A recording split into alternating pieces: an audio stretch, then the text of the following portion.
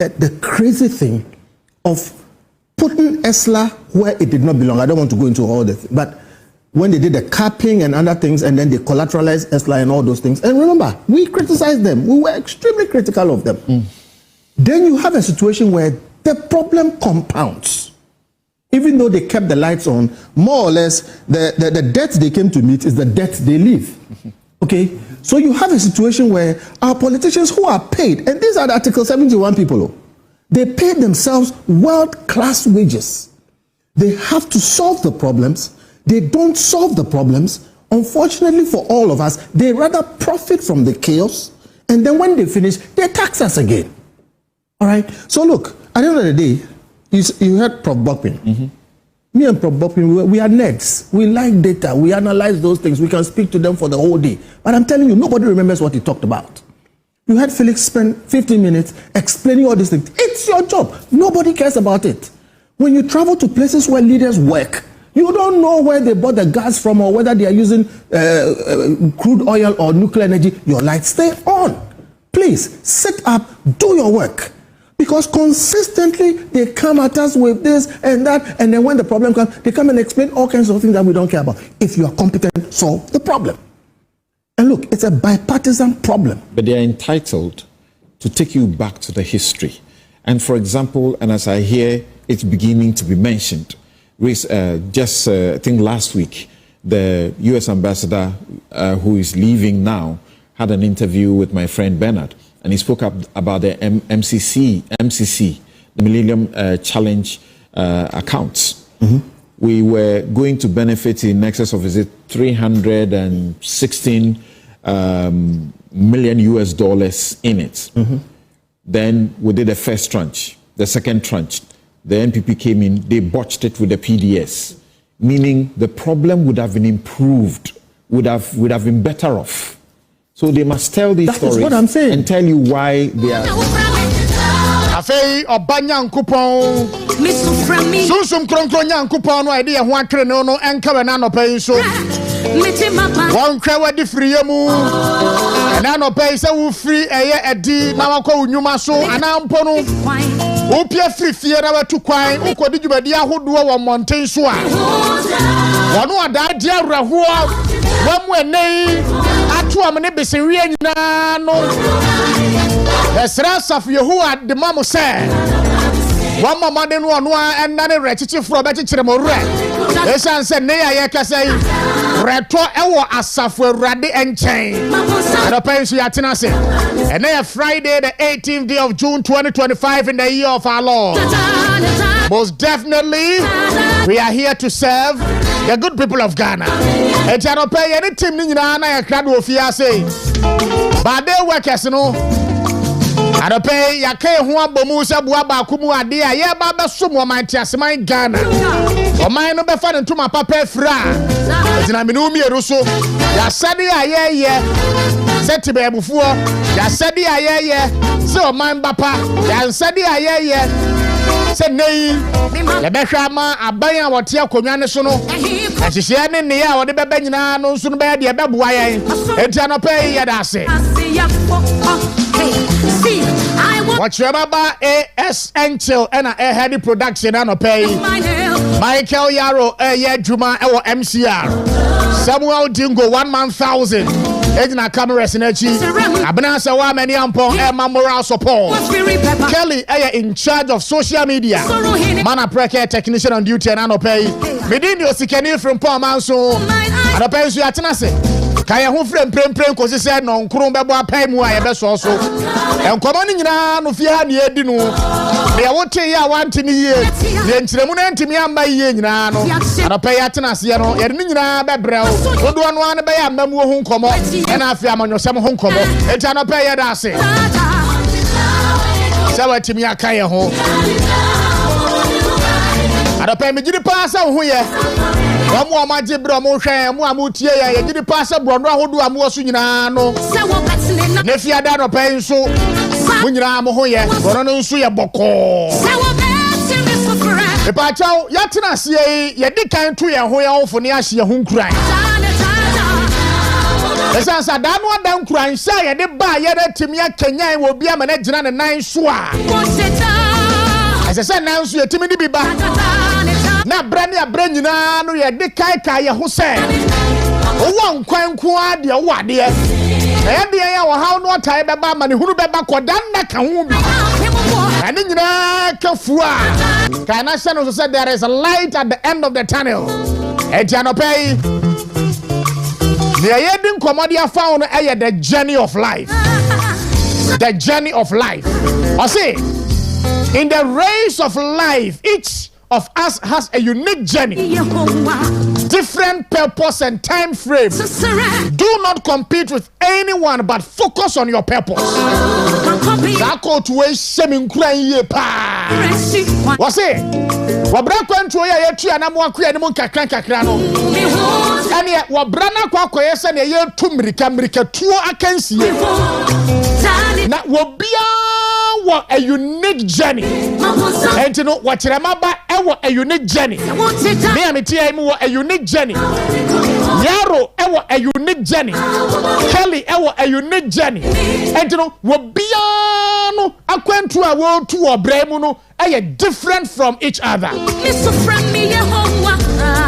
Afenso no botaye sia manfo ani so no anya peda.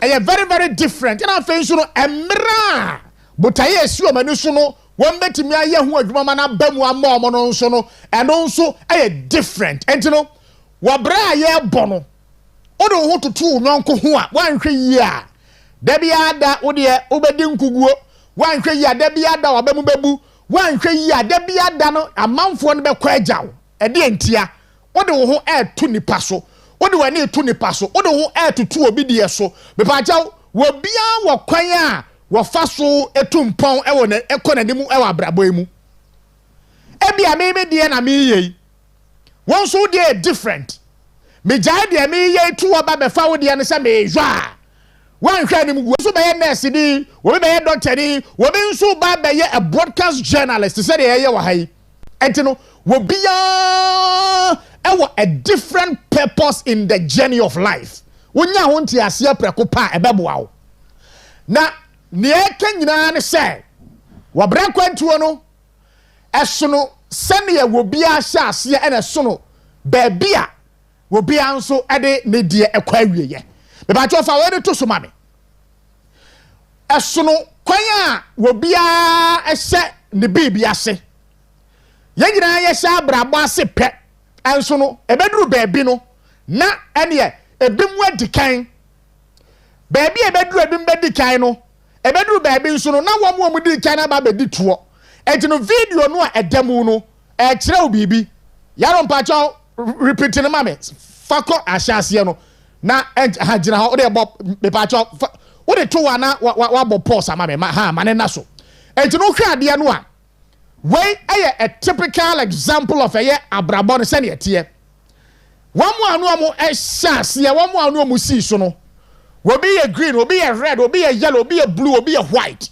mo nyina amu si so pe na obra no mo bokoma ni mu no ebi mu eba be dikan eno nkire se de obedi kan no ebedi kan akwakosi awieye ana no nso nkire se ne otwato no nso no ebetwato akwakosi awieye enti no video no a eda so no kire ye bibi wadaroma keep the video in motion for me enti no yanhwe wo mu nyina ahya abrabo ase green no take lead eduru baby no white no ana wodi mfimfini no abe take lead eduru baby no blue no ana otwato no aba be take lead yellow na odi eto no so aba be take lead no enti no wabra no aye bono abusua esono bia ene ne hyebre esono wo bia ene purpose a ene ya ye kasei wabra no ede dan no se wontu ho anamon enti no ohwa sisi ya no white no ena ahwiri abedi animu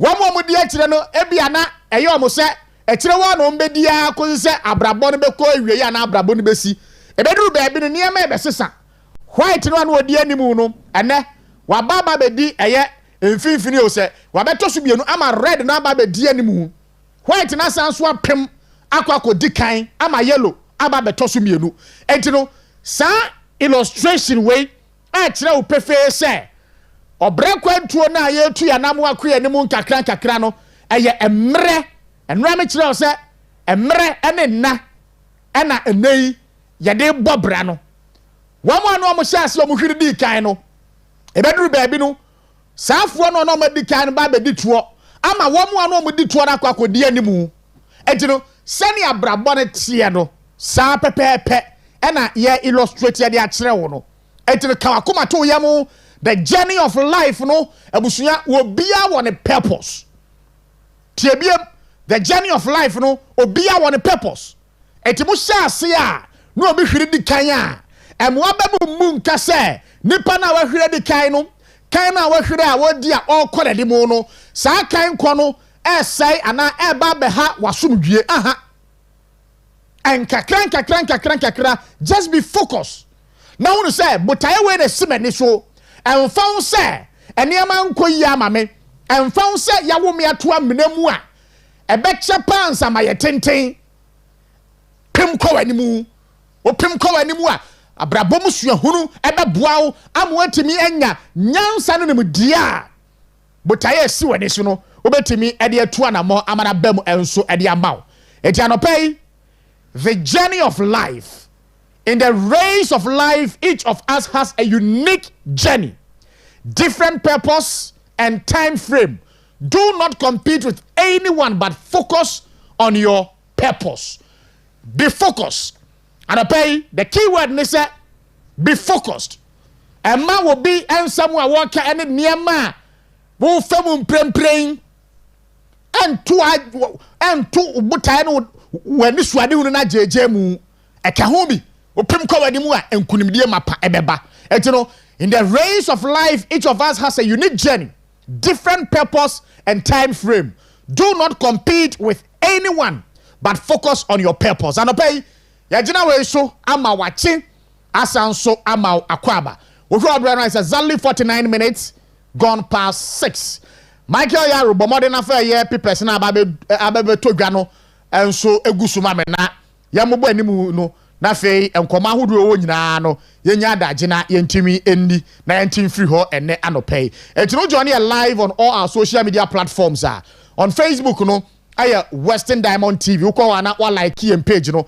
afa wenya adage no atwo comment na de atum de amane uwi a bomode copy link na share na ene ya ye kase yentimi reach out to Ghana phone nyina afei no we are live on YouTube Western Diamond TV subscribe to your channel no uduru TikTok nso a abusua the videos ahodo ni nyina ebekọ akoto ya WhatsApp and a text no 0248071174 anopai the front pages of the dailies the Chronicle anopai near there ni no banner headline or say Educhum's national educational exploit recognized in Los Angeles. Nurses demanding 588 million Ghana cedi funeral allowance from government. Where are some obisa KGL NLA contract is the best since establishment of NLA. It's an opera Chronicle and Nibuhono and somewhere edaho enso enono. Daily Guide kwakra channel mu ase no so no. And the former education minister Dr. Yao Osei Educhum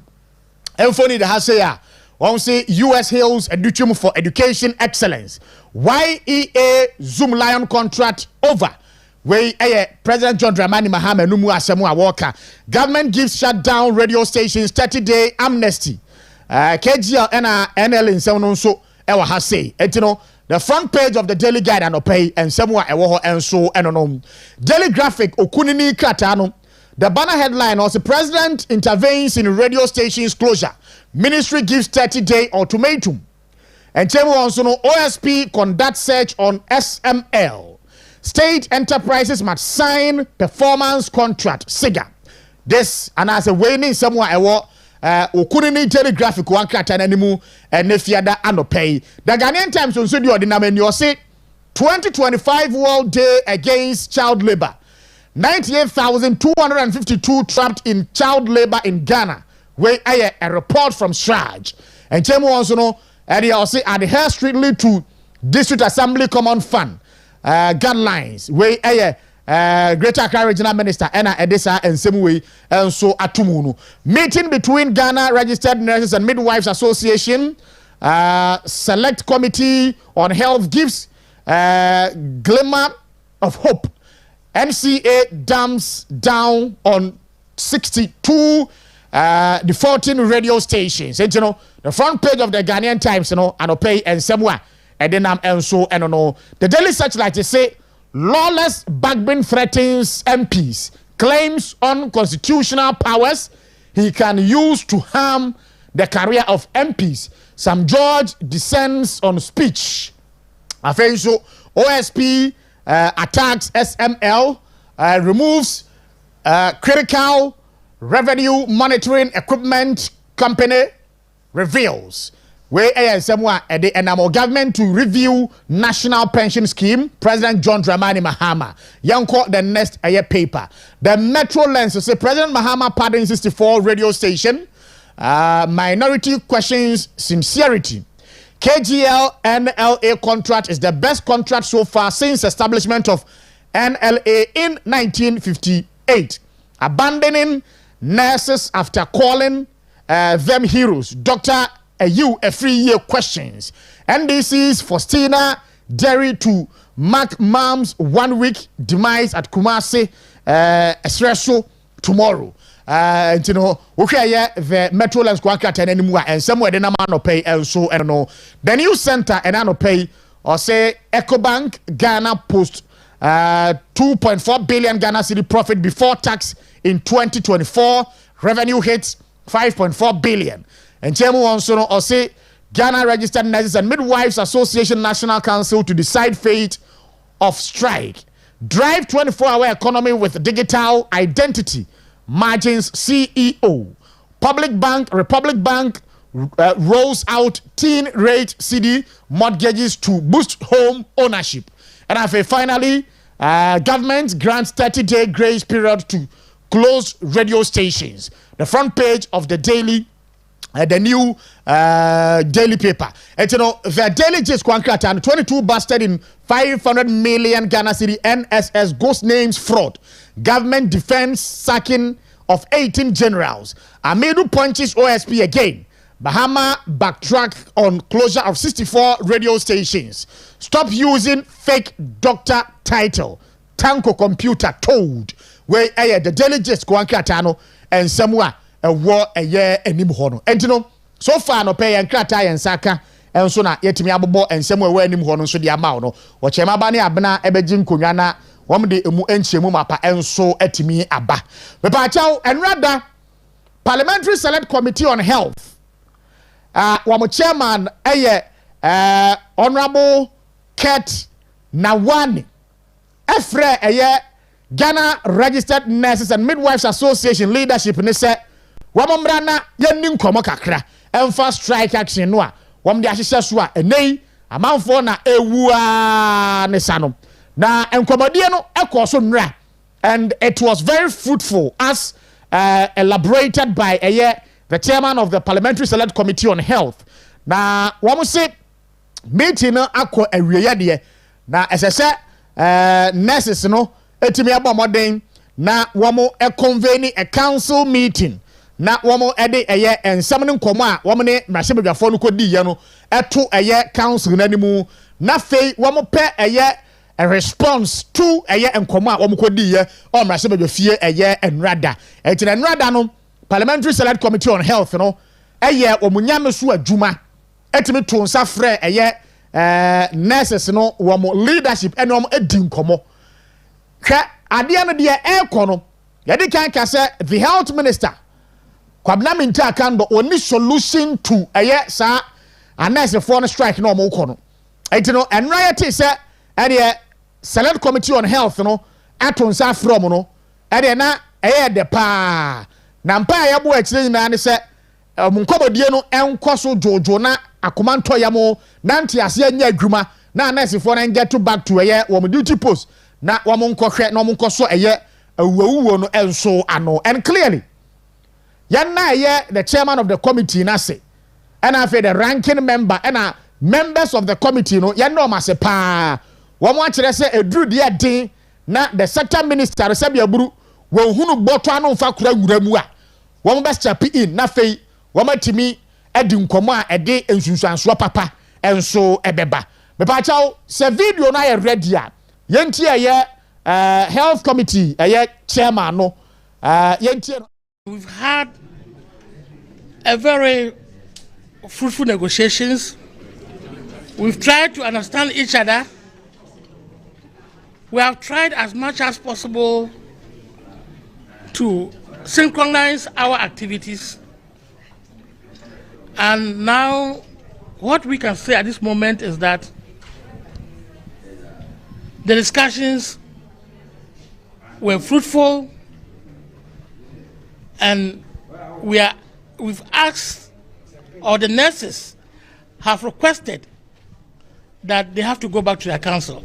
But there are regulations. They have to go back to their council, and then we'll come back. Or they'll come back. Or we'll hear something from them. I think that is fair. If the Bushapenians to send you to go and lead a discussion, you have to bring back the information to them first before any other issue can come out.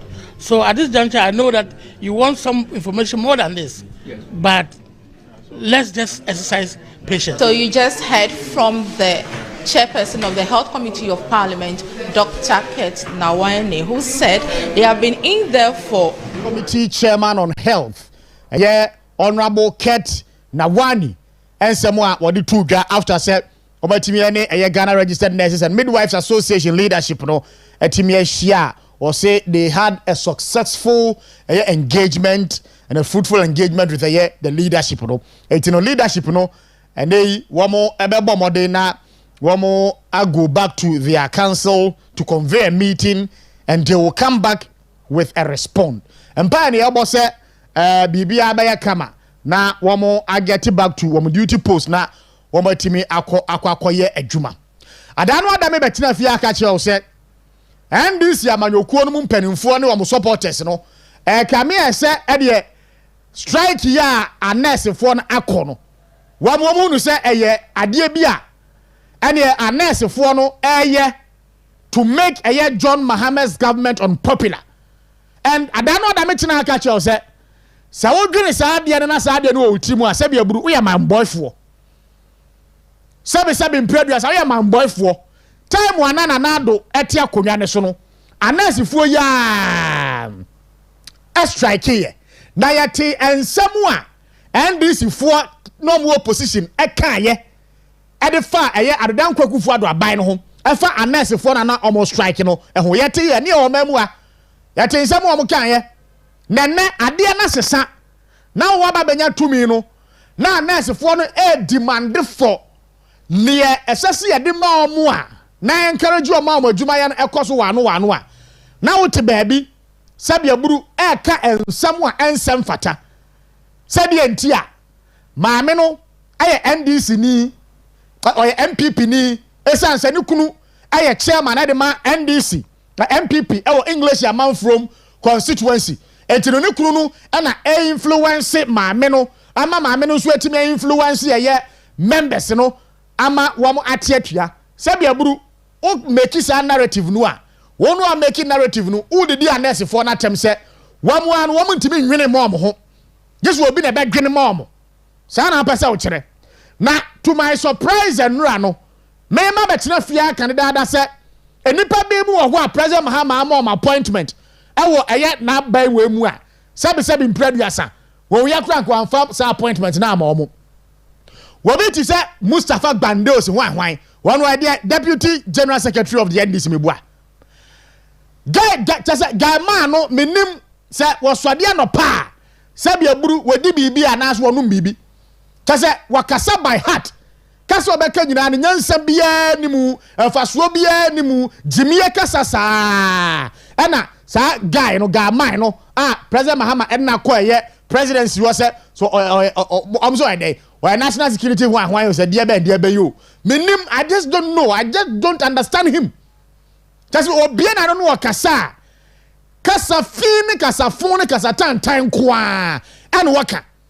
sa won kan party ni na aban ho de an yadue sa brante kwa ne bie na no wakasa ensem wo kan nyina no ensem a emfaso bia ni mu ensem emfa kwa mu nyansem bia ni nsem mu na as a government appointee a wo ye adwuma presidency wo asem bi se aba health minister na etoto papa so na eteki wo mu amodwino mutirimu amrase be fie afre emperimfo no omoda kuo na no se momra na yen kasa na yen have one interaction na yen hunu eye ade no ne poma sibre poten we ni nyansa na nya de Mustafa Gbande mo ne wo mo maka no egu ho no a wo mo ekeka ne de omo chrochro no ade na okoka ye be ba chon be kenka de amaw no hunu saafo no adwene po a etai eye enkomo mu di no echi Mustafa Gbande ensem a woka ye enie o se ma menyimra na menkan fa maw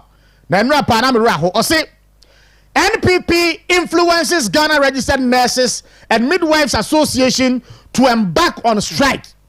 Mustafa Gbande or say NPP ena influence Ghana Registered Nurses and Midwives Association say wamo enko strike no na mo fa ngu President Mahama aban no na mamuo no fi Mustafa Gbande wey wanya appointment or presidency wo ne portfolio na me referee kakra or presidency wa me no mienu to ye dey tua sa useless person weka.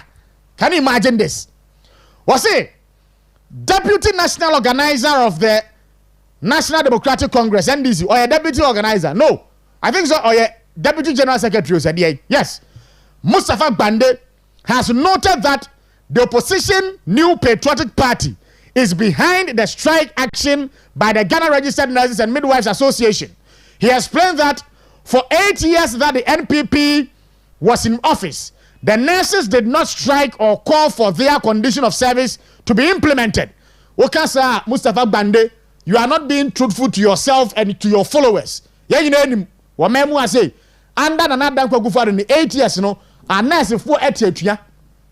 Hello, memu say, mebuga, etino, where from this one, where the free heifer, Orion was it, according to him, the NPP is behind the association's nonchalant posture in the strike action. Mustafa Gbande said, and I'm quoting, "You have a right, but you have the responsibility to be at the hospital. We should sack them and get a leadership that is serious. So it is only under serious and compelling reasons that you can go on strike." Asemwe free nipa anu eba enye. They are abroad and engaging in a Zoom call because they have been influenced by the NPP. Till the nurses and midwives are on strike to call attention to the need for the government to implement their condition of service. Mustafa Gbande said, the leadership, NPP for they have been influenced by NPP. And a woman call it the strike, and a leadership on it. And at one more Zoom conference calls. Can you imagine that?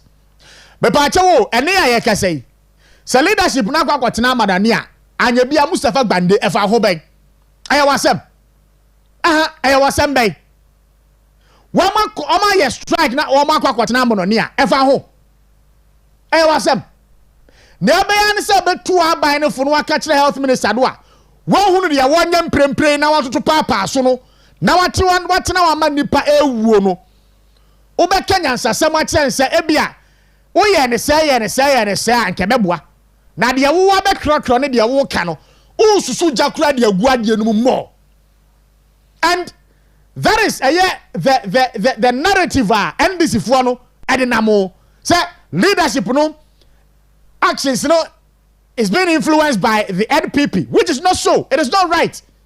Yenimu amemu say under the past administration, and nurse for doctor for ne woman maka health workers demonstration. And we cost strike no nkwaneba. Sometime na NDC Mustafa Gbande na sefo sabia buru no mo ntebemu a. And as at that time no na woman dwino mutirimu anya yie. Am ko support a nurse for no. Eka aye aban no otiso ndi gumu. Said the aban no eye no enye papa. Etino ontie de a nurse for no eka no. Na eni o mamu a enti ene ye bisa se say indeed who integrity pa who conscience adena ubeba bontia ma bekeka saa ensem hunu we abra ye pe kwan bi so afa ama ene akoma to yemo ama woma get back to the various hospitals na oma kwakọ sayade abusia aban we ni amamwo we mu nipa ebi mu wo a sabe position ade amom no wo mu hunu de omode ye ade a chi ade asa nyina no ne ensam fata emfa ade pa bia mre wo man no na wo mu ejo. A typical example Mustafa Bande no wone na presidency won enti saa niema we na wo mu de aso mu tirimu a wo mu de nam a wo mu preach de ama Ghana fo no ene NDC fo no say leadership of the Ghana Registered Nurses and Midwives Association no wo mu ye MPP fo MPP na influence wo mu baby o my Ghana edru enie ya hwere mu se wo mu ebe meeting council no na fei wo ma convene ensem ne nkomo a ekoso e wo mrahye badwafie nra no enso e de amom na wo mu de response papa nso ebetimi aba eno na ebetimi aso strike no enso ano enye sa atemdidie ne posture e kire se ene we ye de politics no enye no na ebe so problem no etino that is it eno da nchen a ene enkomodo do no akoso enrada na enrada de I just don't know your one enya enkrata afri esoro se Sam George through the National Communication Authority order for the closure of some 64 radio stations. Na dia mbone no ma ya wo se wo mu abrichi NCA for article bi a wo se article 54 and afei ebi nso won so a wo mu abrichi 1 or 2 obligations with the NCA entino ne asese ministry no etimi ye nyina ne say sa 64 radio stations no yemfa credo enkotum na emu adwumayefo ampempem no enkonkotena fie wari betu mu a eni donhwere ba akumpo ena yenya nkrata fra benkesie mu a Felix Kwachio Fosu okasama President Bahama ensa shase a wo kire se President John Dramani Mahama essay sa action no a Sam George atake no on reverse sa action no with immediate effect na wama sa 64 radio stations na wo close no down no wama mo enso na wamo enya adwuma de ba cho bien krata no mi ye kakra ma me na fei yankenkan a statement from the presidency. On Thursday, June 12, 2025, President Mahama requests clemency for affected radio stations. President John Mahama has directed the Minister of Communications, Digital Technology and Innovation to liaise with the National Communications Authority to immediately restore the broadcast of 64 radio stations affected by the regulator's action. The president believes that regulatory compliance must take into account the need to uphold and enhance media freedom, and that requiring radio stations to shut down while awaiting the regularization of their authorization could limit the space for expressing such freedoms. The president has asked the minister to work with the NCA on a reasonable time frame within which the affected stations should regularize their authorization. Signed, Felix Kwachio Fosu, Member of Parliament and spokesperson to the President, Minister of State, Government Communications. And you know, where and crate free abankese mu ba ya na etre Sam George say, hey, revert this decision no. Anya bia no na manfo a ebisa say na President John Mahama nya we say Sam George ba betu sa na mo we ya na. What here some of the minority members of parliament are. What mo say? Sa dia we ne de ade bia President John Mahama just for the optics. Honorable Alexander Kwame Afenyo Markin essay. Tiebie mo say. Ose you can say anamowa President Mahama etu ye no enra da ene ye wo ka kire Sam George say sa anamona watu no one train sign no. Wo ye just to tiebie o ye just to ene appease the good people of Ghana for the optics because Sam George etu sa anamono na President Mahama aware did that say Sam George about close to some 64 radio stations that Ghana has say. Was the president not aware? Where I said what minority leader Bisa say. Na president ninya aware na. Wanu ahunu de na manfo no eka and afei sanya na ye krade abo aben and quickly. What director say entron krata fa metum say Sam George and reverse some action we're taking earlier no.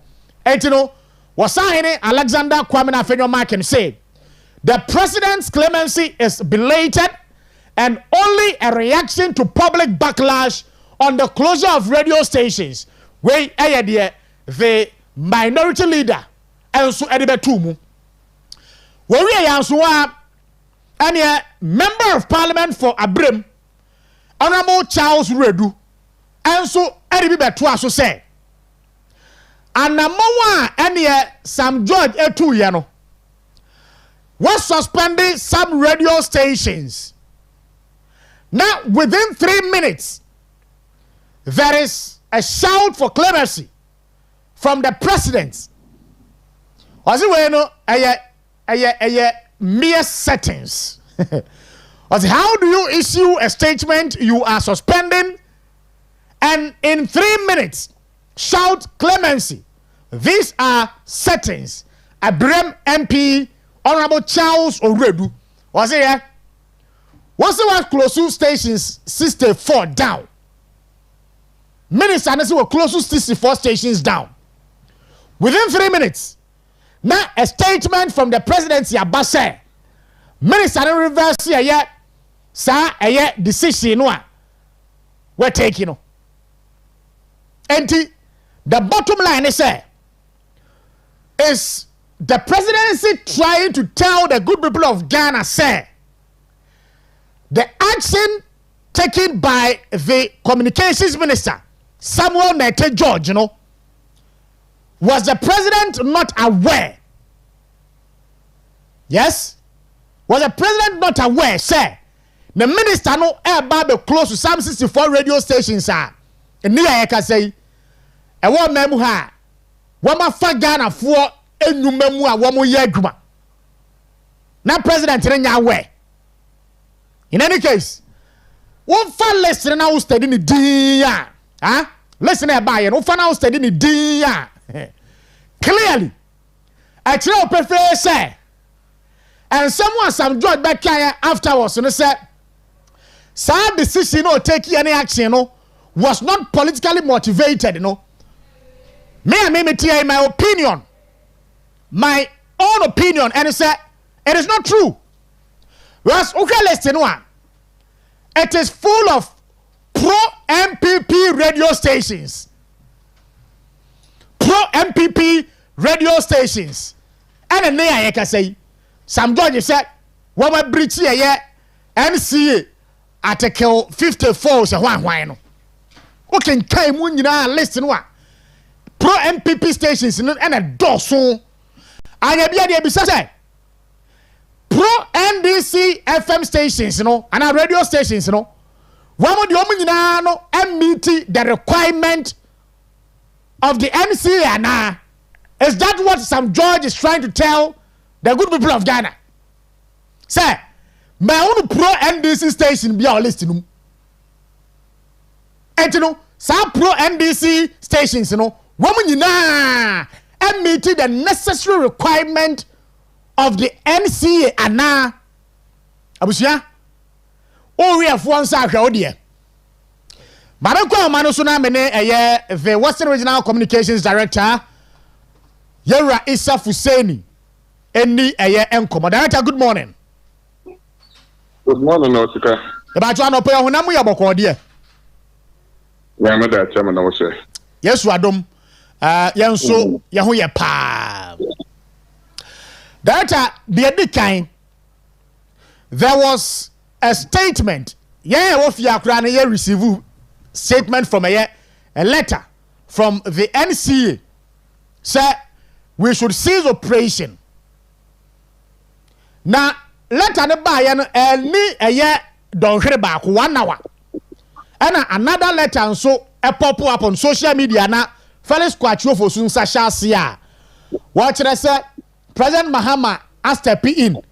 Say communications minister no the directives to suspend the 64 radio stations from operating and one reverses are directives that are the kind there a course on with regards to operations at the end the regional party can be a home. Osika Odikan Mamenchia na Menchia Washafo na Menchia your regional leadership led by Chairman Francis in the DCA. Na your regional secretary Okatiche Amankwa Afrifa. The general friend of Okiti no Menchia Obibiara. Statement no eno amehoyi. Na first point of call almost I say if I think the first operations were Daily Guide. Radio. You know, Daily Guide is who are FM station offering a guide radio. Yeah. Or Honomo ACC. One said Daily Guide is who now want to me radio. What do you call it? Movement TV. Yeah. Distance no and will be Enti omo yue na no mo eko want to me radio our movement TV wako do mo no so na wako say o say mama omo operate omo every hall mo na no mo tisim na omo issue statement. So other various regions they instructed the NCA in those various regions to issue letters to all the affiliated radio stations are MPP pro MPP radio stations, They're on CZ operations, and Asase Radio was also affected. And so on no moment about social media first, and before that, about 64 radio stations were affected. Yeah. Now, the 64 radio stations now are affected. The reasons they are anyhow. Mo jenampo, mo nyamba ambaka reason nampo. Asase Radio, CEO of the station, Oya Asare, Otedako, Eba out Bakache and there. They were due to renew their allowances in October. Na omo edile kakra December na omo din renew omo lances ni nyina na eden na obi a all lances and also all lances are delays in renewing a license become an offense. It only becomes an offense when the person delayed and still in use. Now ultimately etini abra onya renew or no your offense. But once the person has been has renewed the license, it's no more an offense again. Osika is like okay, insurance. Or insurance not a want to me renew insurance for 1 week. Police force one who want to. Now DVL work renew nonsense with now 6 months down the lane, police force stop catch us there. Now no delay over renewal license because of that they are show. 101.3. Doesn't make sense. No. So some of the radio stations have their licenses intact. If you know GSO or more renew, which I know, there are most of the radio stations, pure or more licenses intact. But part be upper power and the entire one how power because MPP are buying. In the last 8 years, some radio stations be more yet to dam radio stations in the morning. Yes, you pay. But you have been a share the major as a young Ghana for another young MPP for us. Because MPP for to or more radio stations. But you see, MPP radio stations now not yet they were operating with impunity. You know it. Yeah. Until said Ghana no Ghana na away. So be your bunny. Not a the Pakuno F belonged to one political party. Next day, I did ya party be super. I say yet the Pakuno so and I say yet back. Whether the Pakuno was offended, and I said the Pakuno no you're offended. Now the Pakuno on boom and I said one boom rasono. You buy and so about retaliate. That is the country we are in today. So that wasn't a surprise thing to me. And to me, it was orchestrated. It was planned and it was executed. Because Adia Omoye cannot seem to be on the blind side of the president. President Tumun can't tell them there. The radio station is not close there Omoye. They didn't discuss that at the cabinet meeting. Even if it's not discussed at the cabinet meeting, you can't tell me the Minister of Communication didn't brief the presidency. These are the operations that we want to take on. You see, every operation that goes on in this country goes on to affect the presidency. So once you are to do that operation, the president must give you go ahead to do it. But to turn around and say there, only because of that, they should restore. It's just like, young operation that president and Kada because those people know, you're close to more radio stations, no more offended Mrabia. And the young to more radio stations, not president and Kada, young back in Kubui. And the president in my instruction, then the sympathy and then the what do you call it, the accolades will go to the president. Because what can the president say,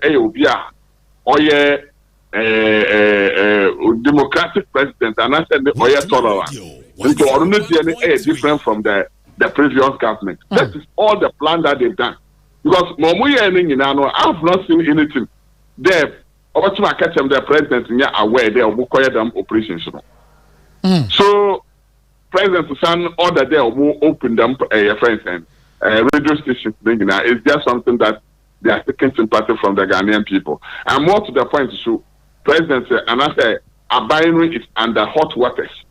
Or more episode more divert attention from the government.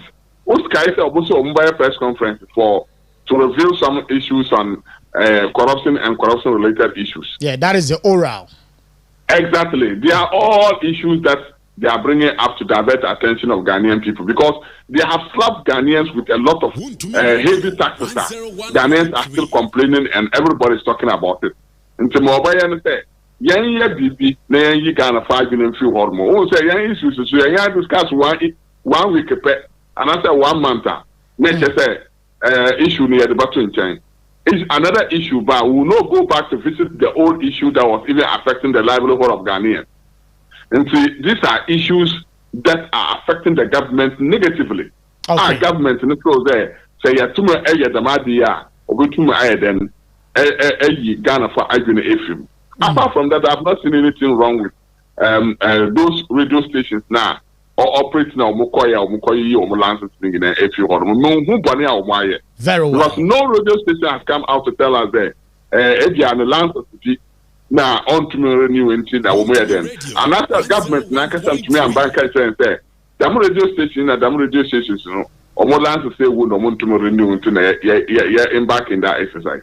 And to me, or your political vindictiveness, or your idea, President Nankasa were planning, or orchestrating the one side where Samsung were planning, were executing. So it's not something new to us. I was even expecting it. Because I knew they were going to, because I've heard my colleagues from the NDCN saying it today, you are by about good, we want to be radio. So I don't know the Western region have more disturb again. But we have one radio station that was in Western region here. He was attacking the regional minister. He was attacking every MP in the metropolis. But we were having somebody who was NCA boss, like Moore, who is an MPP member, who could have gone out to close all those radio stations down with the power vested in him. But he didn't do that. we allow them to spew all garbages in the air. They've won their election. Nobody says that. But Will to Me Radio is giving Ghanaians information.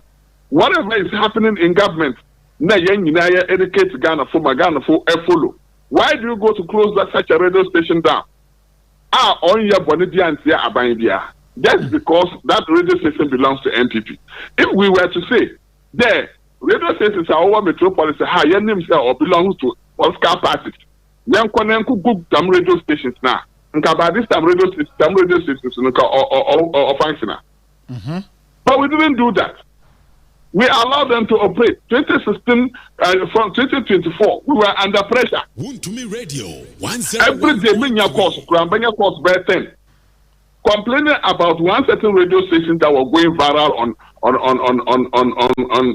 air, attacking NPP left, right, center. Every day, Minya course, by 10. People complaining. Did we go down to close those radio stations down because they were not supporting NPP? Come on. If we are to practice a democracy like this, President Mahama, his last term is this particular term. He shouldn't register his books. In the books are archives Mama on follow and this full jet.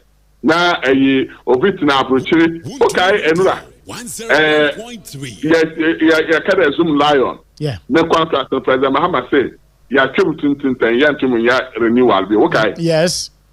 Good. It was predicted because Obino Otina abrochiri equity on a radio station and I said the TV station. No manipulated president to Wagana. He said it just a week ago there. Or make sure that Obagu Zoom lion regime. Then today, President Mahama mentioned that Zoom lion no contract on Onya the Oba renew. We don't know the same people that President Mahama say that Onya a contract and another so about him now the Oya positive no apply the Onya negative no so ne yes. Fine. Obi coffee will approach na president who propose her. Intimia the SC in the Magana phone infantu or more books more argument more there. MPP there will continue to exist whether radio station or no radio station. Even if they want, they can declare Ghana as one party state. We don't care. But we know how to manage our way out. In 2028, inshallah, MPP are buying by some power. Sam George Amma, 30 days grace period. That do you think, sir, it is enough to resolve a yes, sir, and someone NCA Dinamui? What was the 30-day grace period today? Once you my radio stations, the affected radio stations, 30 days grace period to resolve a year challenges are woman NCA no ewo. If there are any what do you call it, some grievances and I say some lapses for them to solve, I think that 30 days, if somebody can use 1 year, not to default, then you give the person 30 days. You are always saying because if these 30 days notice were given to them, talent in Ghana from Kayewu, in Kaomo Ebian, Komo, Idimirka, Echo solve them problems. But while we on 30 days, they may feel they also. But once they've given them that great period, if there's a problem between them and NCA, we should also move on to solve that problem between them because Ghana, if indeed those radio stations also some renewal in license issues are, they can go and bargain with the NCA and then they know how to deal with the issue. That one I will side with them. But the date now more than my enemy also Accra. Okay, list in Umwa. It seems almost names are making list a pro NPP radio stations. Me they na ama ma adwuma make sene na ne say manhunu pro NDC radio station bia o list no mu, which tells us say sa stations ni nyina no wo bia ene NDC ababa mu ti no wo mu nyina no atimi edi NC nhihye so ada director. There is no way they can all have their licenses renewed.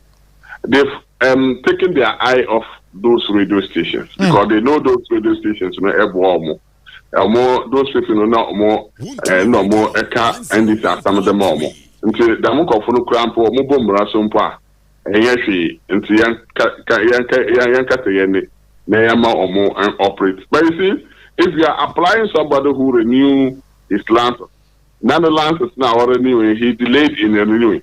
Now that entity sober power and say apply the member now because I don't know anywhere. Yakade mra apply to some via or suspected. Obia why a little delay upper hono. They are questioning if I could let's say if I could number ya no meant to be that. And to Mahama apply them law now. It can equally be applied to any other radio stations when the government is out of power. Okay. And to me, my friend say, my chance having to hold Nadam one day Uber's nephew as a former president. Then when they are doing it, you cannot comment on it because it was you who started it. And to that one or more radio stations na in Inano. Obi our problem with the NCU to go and solve it with them. That was the Western Regional Communications Director Issa Fuseni. I don't pay that's it. All right. Etiano no me makase ofa listen now kinka mu a. One more amuso may affected. You know, most of them are pro MPP radio stations. Etino yera Sam George ne President John Dramani Mahama Madaro Mao ye bisa say NDC pro NDC radio stations nyina no wo mo atimi afofele eye wo mo obligations with the National Communications Authority ada cause me hunu NDC pro radio station bia di wo enti dia Sam George akase sa anamono otu ye no enye politically motivated na me ametia yi me ne ya agree ne ene ne ya agree nti na enye yi yes menene ya agree nene ya agree ntina enya ade a ebeye yie etene that is it wa ma 30-day ultimatum say the affected radio stations no enko na wo ne NCA enko settle eye or how the challenges be a wo ho na say ebetimi a settle a adentina o close eye radio stations ne down. Yay. Say bet to be a settle sa we do. Why at the first place, you know, I don't think I will closing it down. More operating affair, one from na settle issues, you know. That is it. Because all closing it down, no, sa 64 radio stations, you know, Ghana forma ena eye ground stations no mu. Abayo ba on create adwuma bia ye. O gunyuma rada. And what create adwuma mpa. Kebeka so, wo dey to radio stations no mu. Media for no nyina no beko eye adwuma no a aban ba we create ne yakwa koye adwuma wo. On create adwuma bia ye.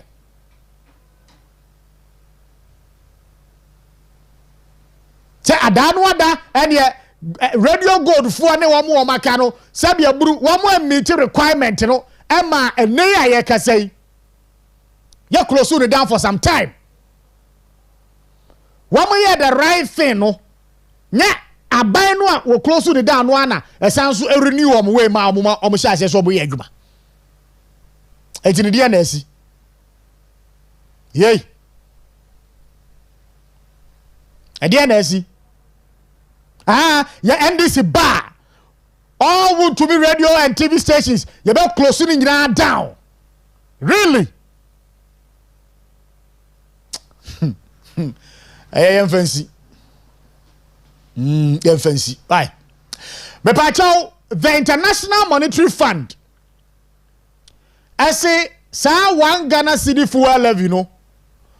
Oh, and yeah, I bear out is where I dear pa. A welcoming news. And to the Ghana phone come and to Muntia.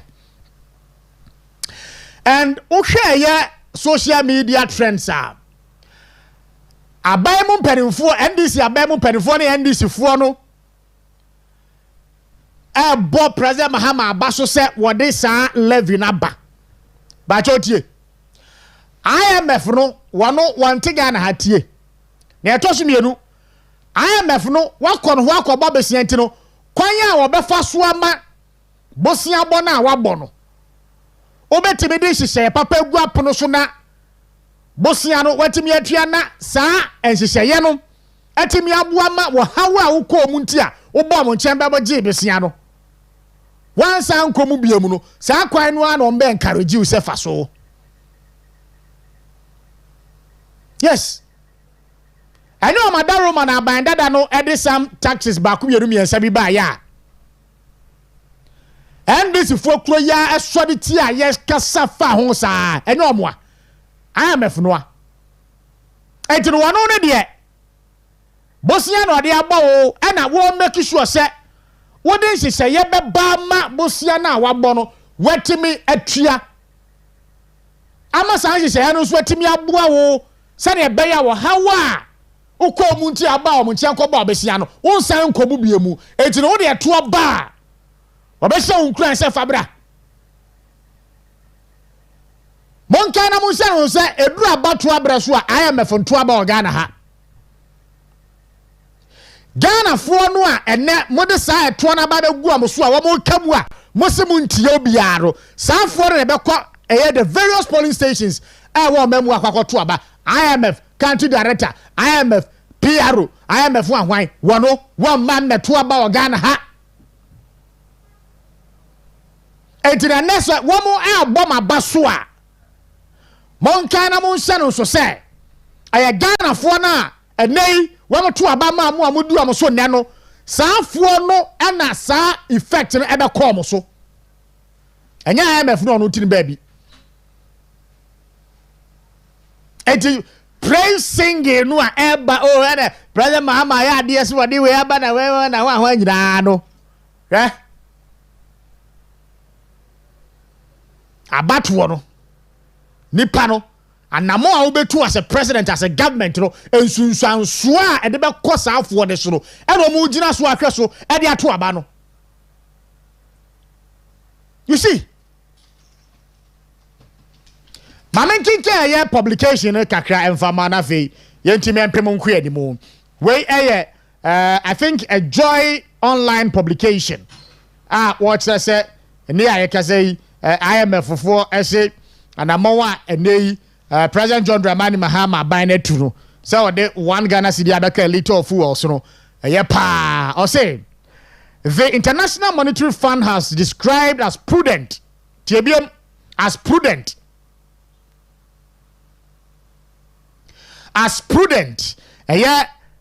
meba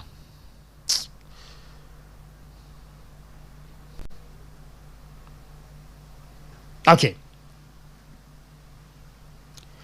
The International Monetary Fund has described as prudent the government decision to increase the energy sector levy on each liter of petroleum products in Ghana. The IMF argues that if the move could help in reducing the energy sector debt and improve Ghana's fiscal deficit situation, then the initiative should be welcomed. What say? Sesa adia no a President Mahama edi abano. Ebebua ma energy sector eka eda ho no yetimi aswa no a ene aban no nkoso no wonye. Energy minister yete wo memu we mu no ababeka kire se sika no aye agege no enye ka eda ho ne yede kwakotua yede koto fuel tie nkomo ne bia mu o IMF ne say se sa sika no aye agege no 1 Ghana cedi on a liter of fuel aye beto no sabano oteso no ade kwako different energy sector debt no aye adepa wan koso no wonye energy minister no so de ababetu dwa se sika no aye agege no annually yenya kraro ebia 5.7 billion yebenya na saa sika no yemfa nkonkotua eka eda energy sector ho no yade kwakoto eye femwo ade ababe power yam plant no amana generate enyinam nkane ade amaye and you see the discrepancies message bene info bena NDC aban no ade call IMF one ko katra IMF say ye gisa etrowe ne ade akwakotua energy sector debt na sabe pepe no mo de koye but on grounds no energy minister is sikari ya dia ye fan kotua eye energy sector debt no ye de koto fuel mekwa baba be yom ho adwuma o de meba ma me nkwa amba no so na me ne yewura Samson Yale eni nkomo oye chairman edema the Western Regional and Western North Ghana Registered Nurses and Midwives Association yanko na yenini nkomo and rather and the leadership of the Ghana Registered Nurses and Midwives Association a committee the Parliamentary Select Committee on Health Emma Womo Edi nkomo based on the committee chairman Ebeka after the meeting was it they had a fruitful interaction and engagement with the leadership of the nurses. Yankwe na yankonkwe say after the meeting, the next line of action for the striking nurses in Ebeye de way. Chairman Anopai, good morning. Good morning. Na ohonamu ya boko dia. Oh, Yankopon adom ye ho ye na mo so ya. Yesu adom ye so ye ho ye pa. Ne de Yankopon ase. And rather the leadership of the Ghana Registered Nurses and Midwives Association enya akwanya ekohia Parliamentary Select Committee on Health Emma Mudi nkomo efa strike ya ma strike wadaroma meeting no and some days are na course na after the meeting no da bena mobile convey a council meeting na ma George na mo the response nso etimi aba. Hello. Okay. Yeah. Okay. Now we can say mantina me can say bia wanti de ebisa wo no. Me say pa. This here dey. Okay. All right. That's fine. Nti me da se ne akonya wo de ma. Man fa ho kwanchi a watifo wotie untumi radio ne wahwefo a wo hwe Western Diamond TV enyina.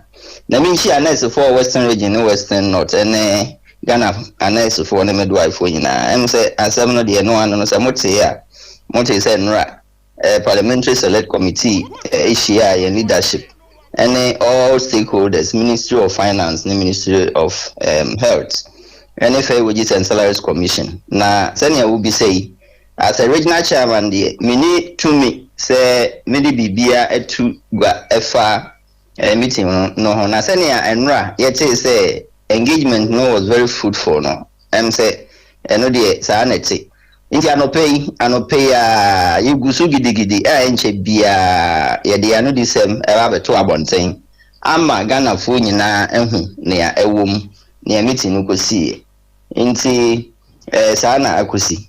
I see. Utie chairman of the committee nenumu asemu a ose meeting was very very fruitful and you were fully represented. Wadaruma Yes. Even though untimi fa when mama tudwa as I said mutimi convene council meeting answer na de besi bia no so no matimi aba be boy amane wadaruma hwe de ana enkomo a ekoso enra no a can you tell us say gradually you can say unless if we mo be end this strike action no with regards to enra dan enkomo a akoso no.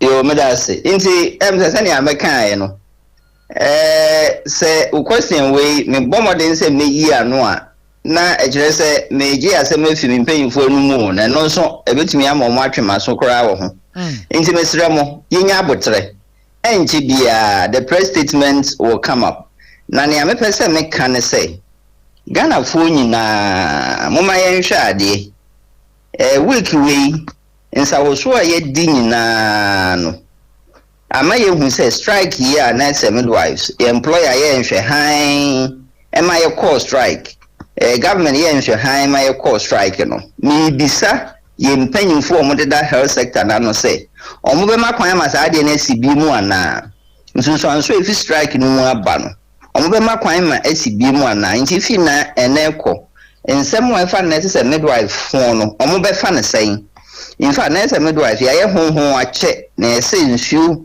eta poncheni oje wo omama ya je wo na nsusanso no nye nsusanso no nye nti be total shrimpanyimfo radio fo ni tv fo de mesra munya abotre na enche bia me say enche bia senia yidi nsa wo so a mitumi ehye nyema bi ma wo no press statement no ba out mo be kan krofo edi kan a messendi ama mo personally why aha nti no yenya abotre na yentwen press statement no eba na the impact of the strike should tell everybody, every hospital director, every hospital administrator, every hospital even nurse manager, will be regional directors of health services, will be Minister of Health, Ghana Health Service Director General, say nurses and midwives are actually the backbone of the health sector.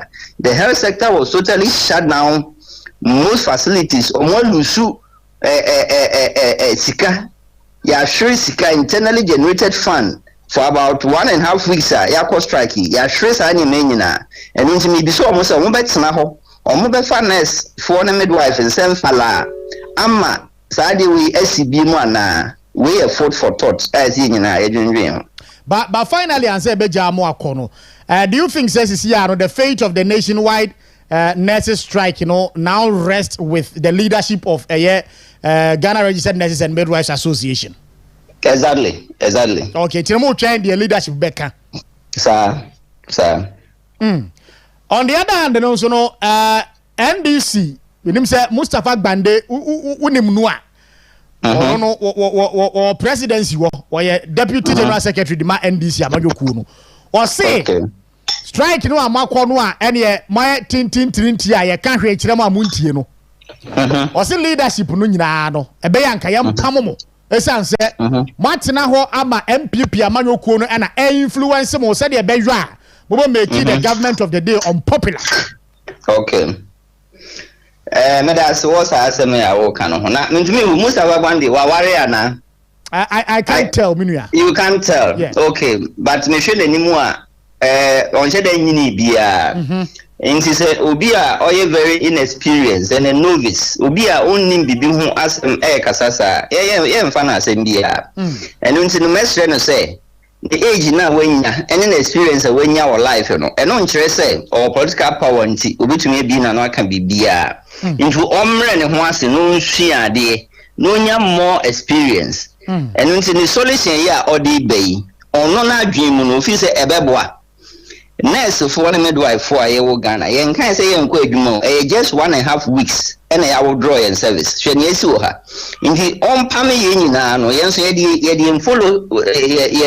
fellowship ebe dan ebe ko nsi ye kwa dan na be happen to health sector on be kwa ko importo your friends and nurse midwife efi Burkina Faso ana efi Liberia ba enu nti no I think that Okasai with inexperience and for that matter as utienia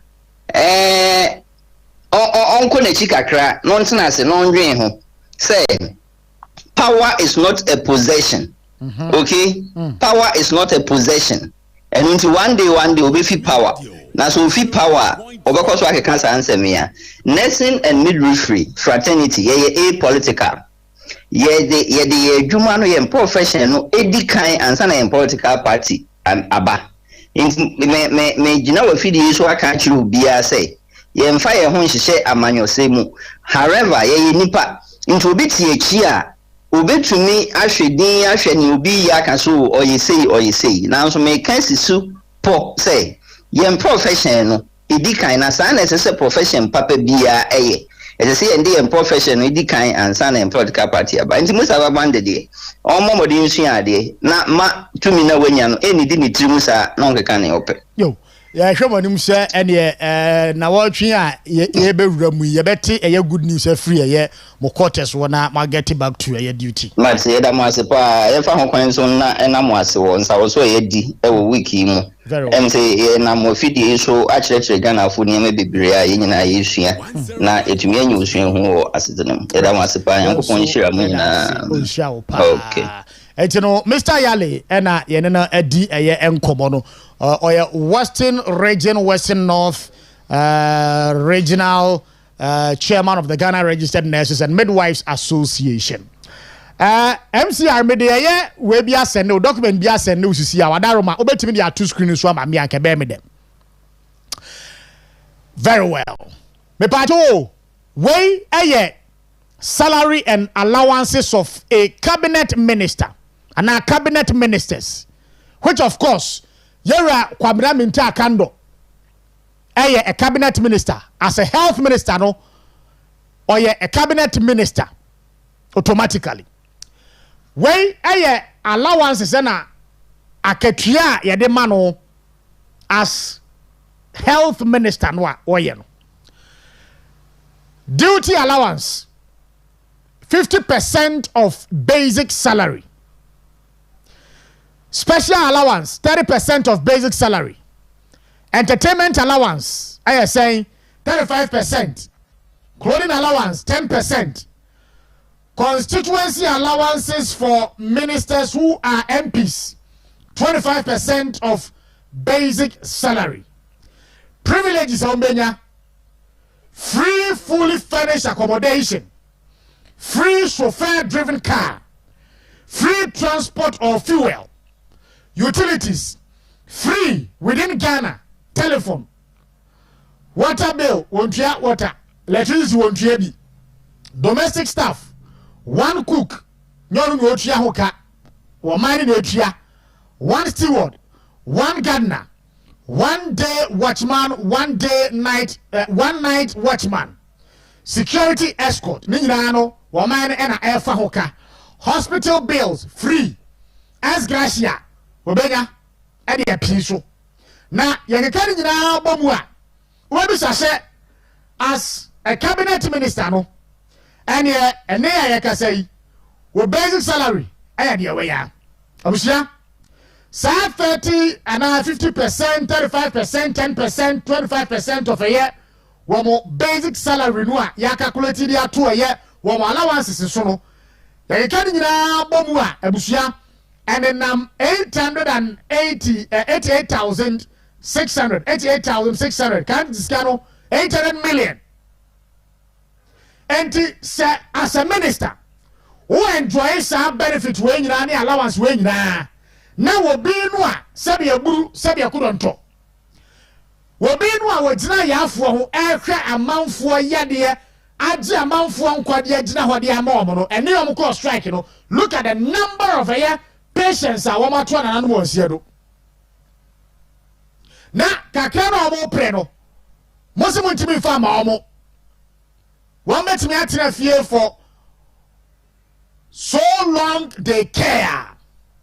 Now wo minister no sabi aburu ministry no adwuma ben pa na wo ye adwuma ben potin pa na wo ya wo de deserve sa allowances we ye bisasem adwuma potin ben na wo ya wo ministry wa wo deserve sa allowance we ya wo de yetimi asise ne kama de amawa wo gine kakra na nipa no no ene wo bi nkwa ekura ne nsam wa nkwa adwuma nipa be wu no kakra no esese de ma no a yesi emfa ma no ne de on the only right say obedi man for sa ne ma no mebua ye hwe yi o na me sa 1992 constitution kura no very very bogus constitution esi amende ade no na baabi wo hwa sabi aburu ya sise skadi nyina de akwa One year serious ne government appointees ne safo no sane ma nyina na ese yi ni nyina fio ne tete so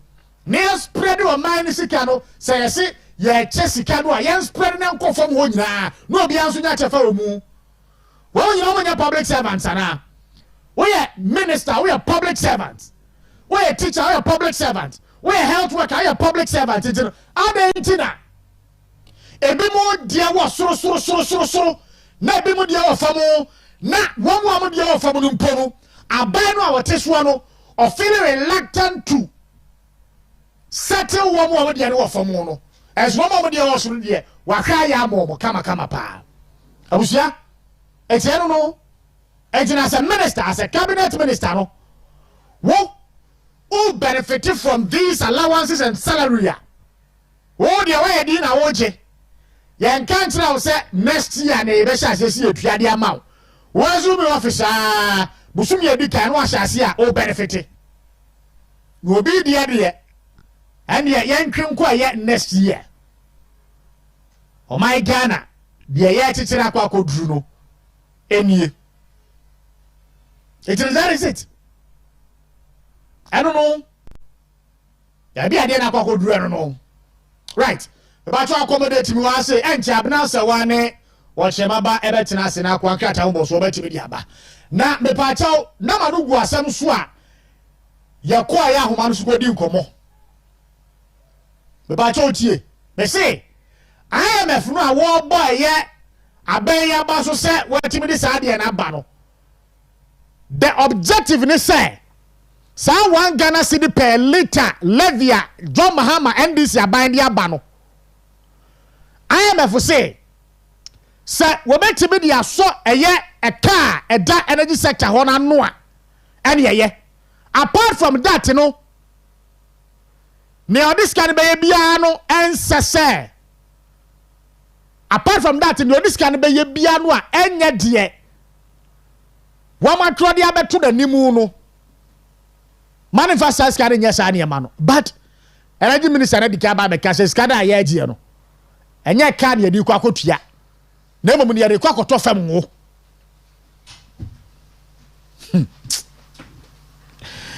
oh my Ghana anyway yankɔ ɔma no so na yɛni nkɔmmɔ na IMF nsɛm yi ɛna afei 1 Ghana cedi fuel nsɛm no abusua ɛho nsɛm ayɛ bebrebe no a yɛne ɛyɛ Dr. Hayford Ayerakwa ɔyɛ a fellow ɛwɔ APL ɔsan so ɛyɛ a development economist ɛni ɛyɛ nkɔmmɔ doc anɔpɛ good morning.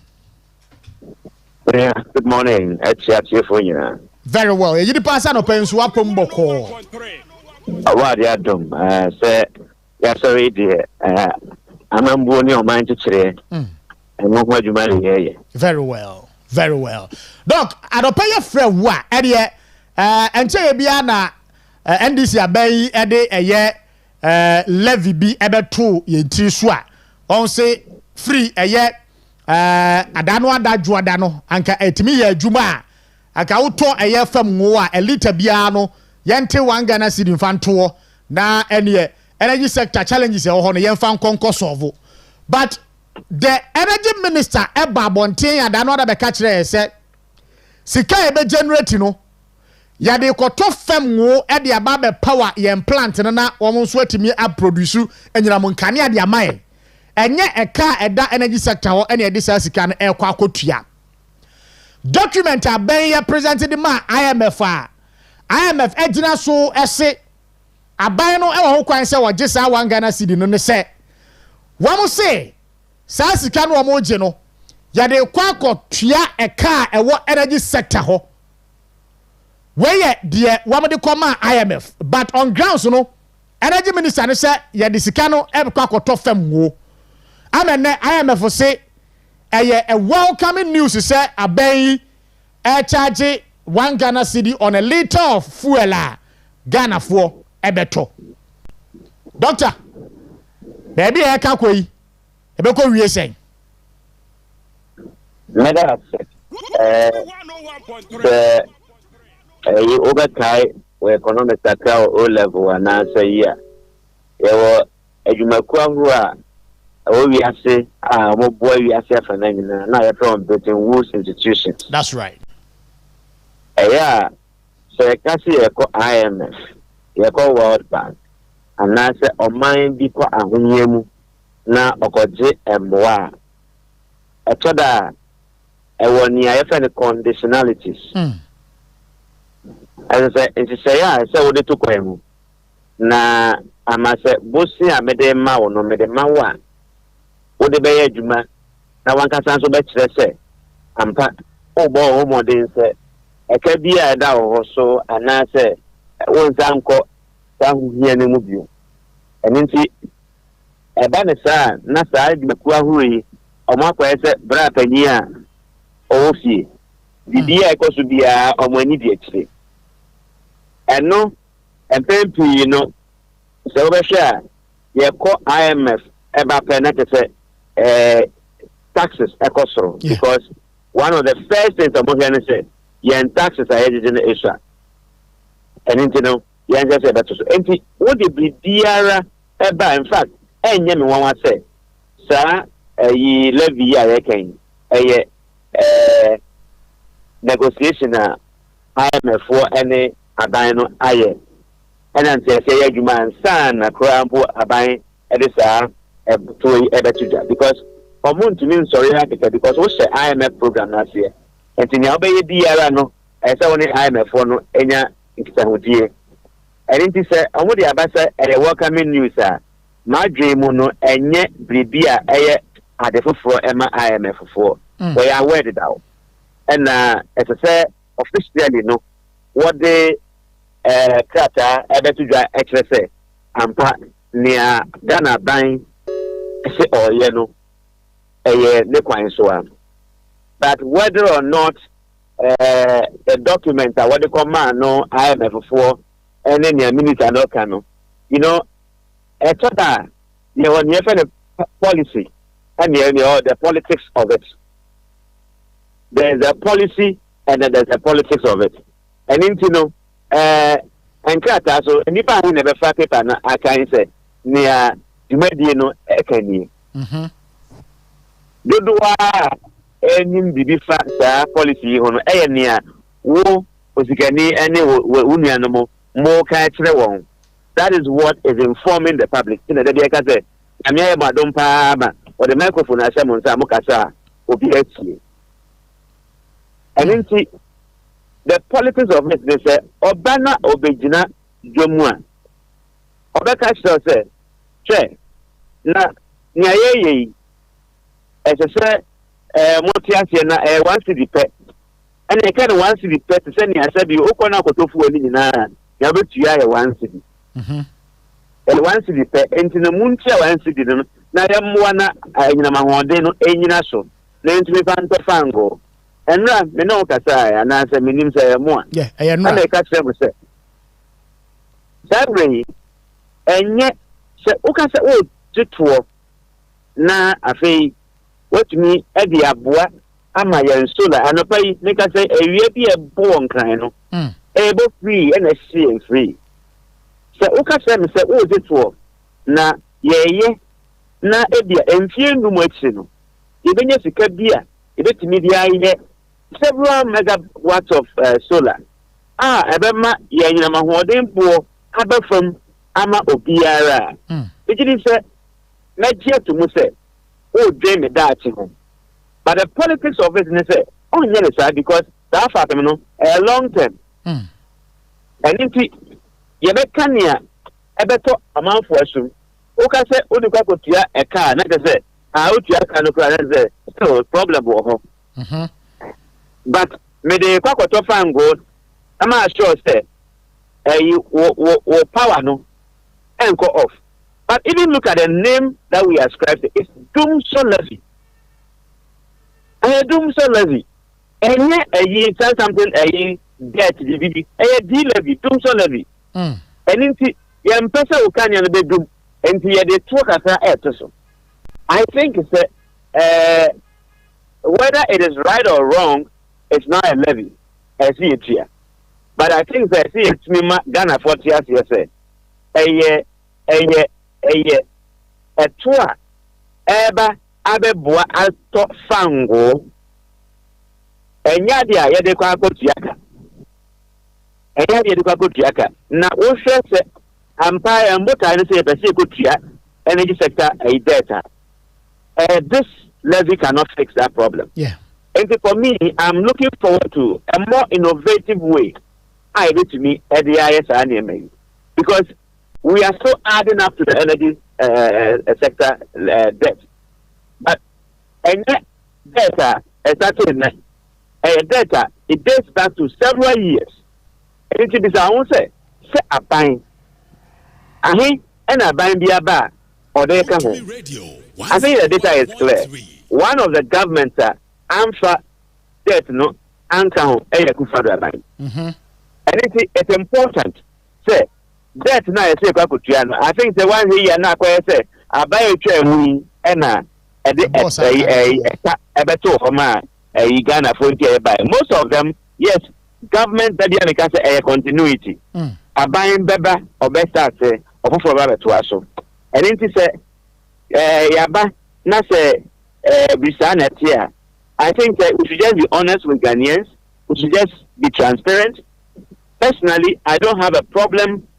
Say, yet the and I age it to if you say Matra Manfo from one, a 2 and a triano, a cosropa. Now, Mumu Tiatuana, Unya home fast war. And in Naya can say, I don't think that Obia is against any levy, but we are against the deception. Say now, person we are come clean. Now my entire Ghana for say na bisu, but the buy say na mihuno and into yenye.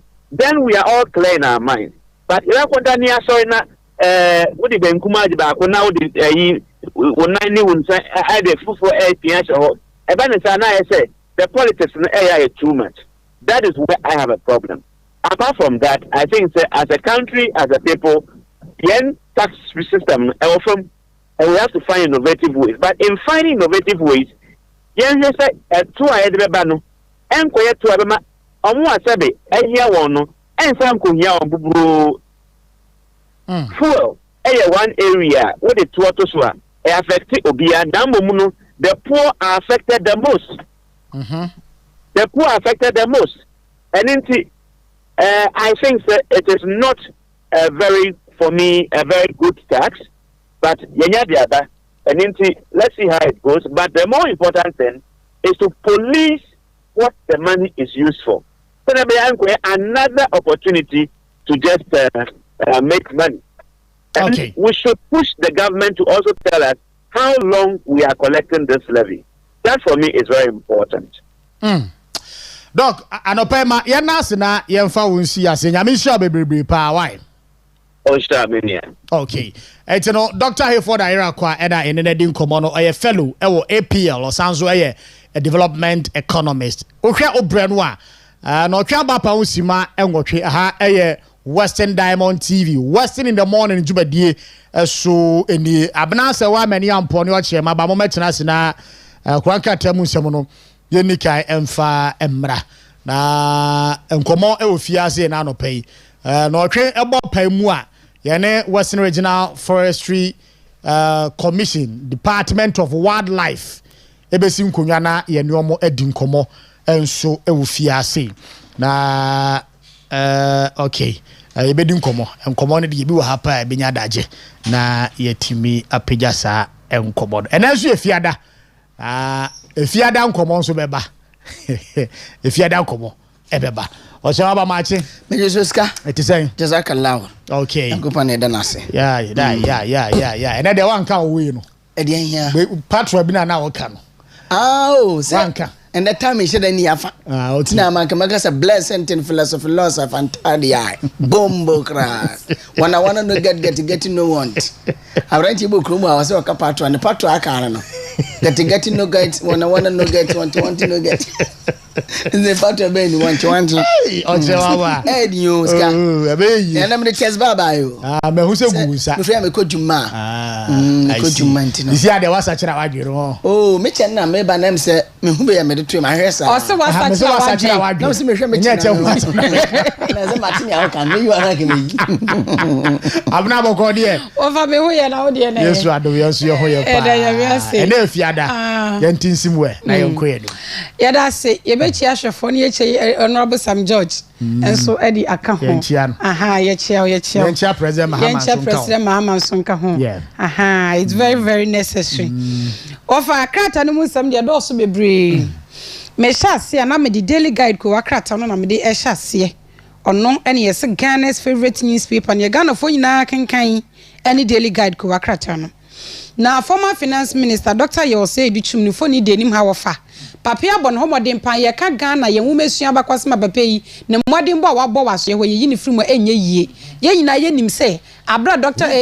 former president Adam Kwekufado edi ministry ni share nsa no e modin mo a wotumi boye e wo honom na ene US for abona baso eba no nwumesua bebi otumi epeja Ghana de e de akwakoduro enti US abona baso ye de ni foni e de ababeto ko akrate nenim ene anopai na Youth Employment Agency ni Zoom lawyer for contract no President John Dramani Mahama sitting ton time wonu wo nko contract biem na sika na wo de tua wo mo workers no wofa swadodo yesi ya mamifo ya na pan ya na dwin na unso wo mo prapra krumi wofa 300 cedi ni 250 nti aban se woni zoom line for enko contract ni bi mu a daily guide edi aba na enrada yera Sam George radio stations I was so to 62 am I right? And 64 rather. Yeah. And you wouldn't crack aba ya yesi yetutumu anche president so den crack aba so mumie bie ma wo mu na ye mpese ye beka manfo no atumi yesi bibi e friend media freedom. And yesi na yera Sam George wa mo ne boss amani ansa na wo ye ne wo ye ya na say ye hwehwe ni mu e no mpese mo ye ne keke. Aha enti yesi wo mo asan ama radio stations no 30 days amnesty. Senya wo ye nam so ma ye betu mu no bia momodin so obesen yakwakoye ne de. Sa wo fa nura na ye toto station ni mu no. Me wa na brantie bi afre se mo kra ya muntuatua we yo na mesi mo di abanka e na se na mesi ye wo kra se wo kra ndis krampo ye kan wo mo wo kra wo nka ho wo kasa wo ka kra meti wo phone so wo tutu ntesuo e na wo be frɛ ye na obi kasa of so tumu so titi ntesuo mesi ochema meti me baby abai so watu station ena chema wuntumi ebejeli na mesa ada ebejeli chema wuntumi ne san frɛ me bie tie safo no ye no ma na te a woni momusu ban dada wo fa bi wo the best wo the show the safo no me ni adaje a me de ma omu wo fa me yina no ba a nipa ye kɔ no ba a ye kɔ no so safo no eya me pay attention to safo no o man mileage no ana wa mana feel big bi sa no sabe so enra obi ba ma me high wa ma high na me chalk here na me hweso obetwro bibia ba yes ba wan twro hwe amba na me so me twam ko baby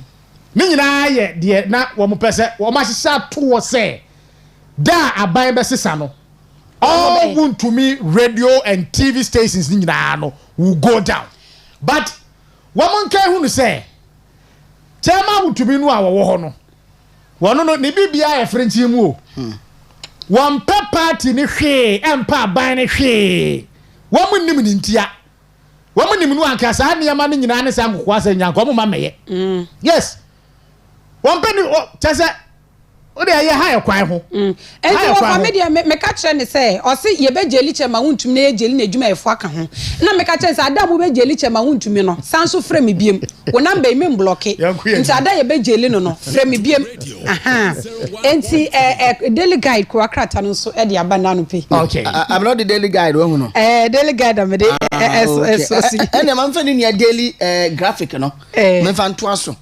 na nkomo ye koso ye Osikani me ma say me nkan bi because yes mra de ese odi mra ye adwuma enti se emfa ne se mra na eye adwuma na me de mu no se o mampani bem na mu se settings enti ma ye se me nkan bi kra da enti no me eno bi frame na me so because yai getting to emfa se a mountain some days ni ana ye film frame ma na me boa and internal technical issues bi a ye solve enti no the same thing be send me high and was say what say untimi radio wo matu na so me ha de ne de since April mo na call off aye technical we be solve nti ye minimum ase be be say sidi a no so obi a asemi ba June mo ye de na mo de mo call off me April na me say call off April say one time nka radio no so na one ti Osika so nka radio no so na me ebi na ye say off no what that time nka say intina me tell say safo no ma say wada je eno mu nim ko we dey go for ye bi ntino ti game na ntino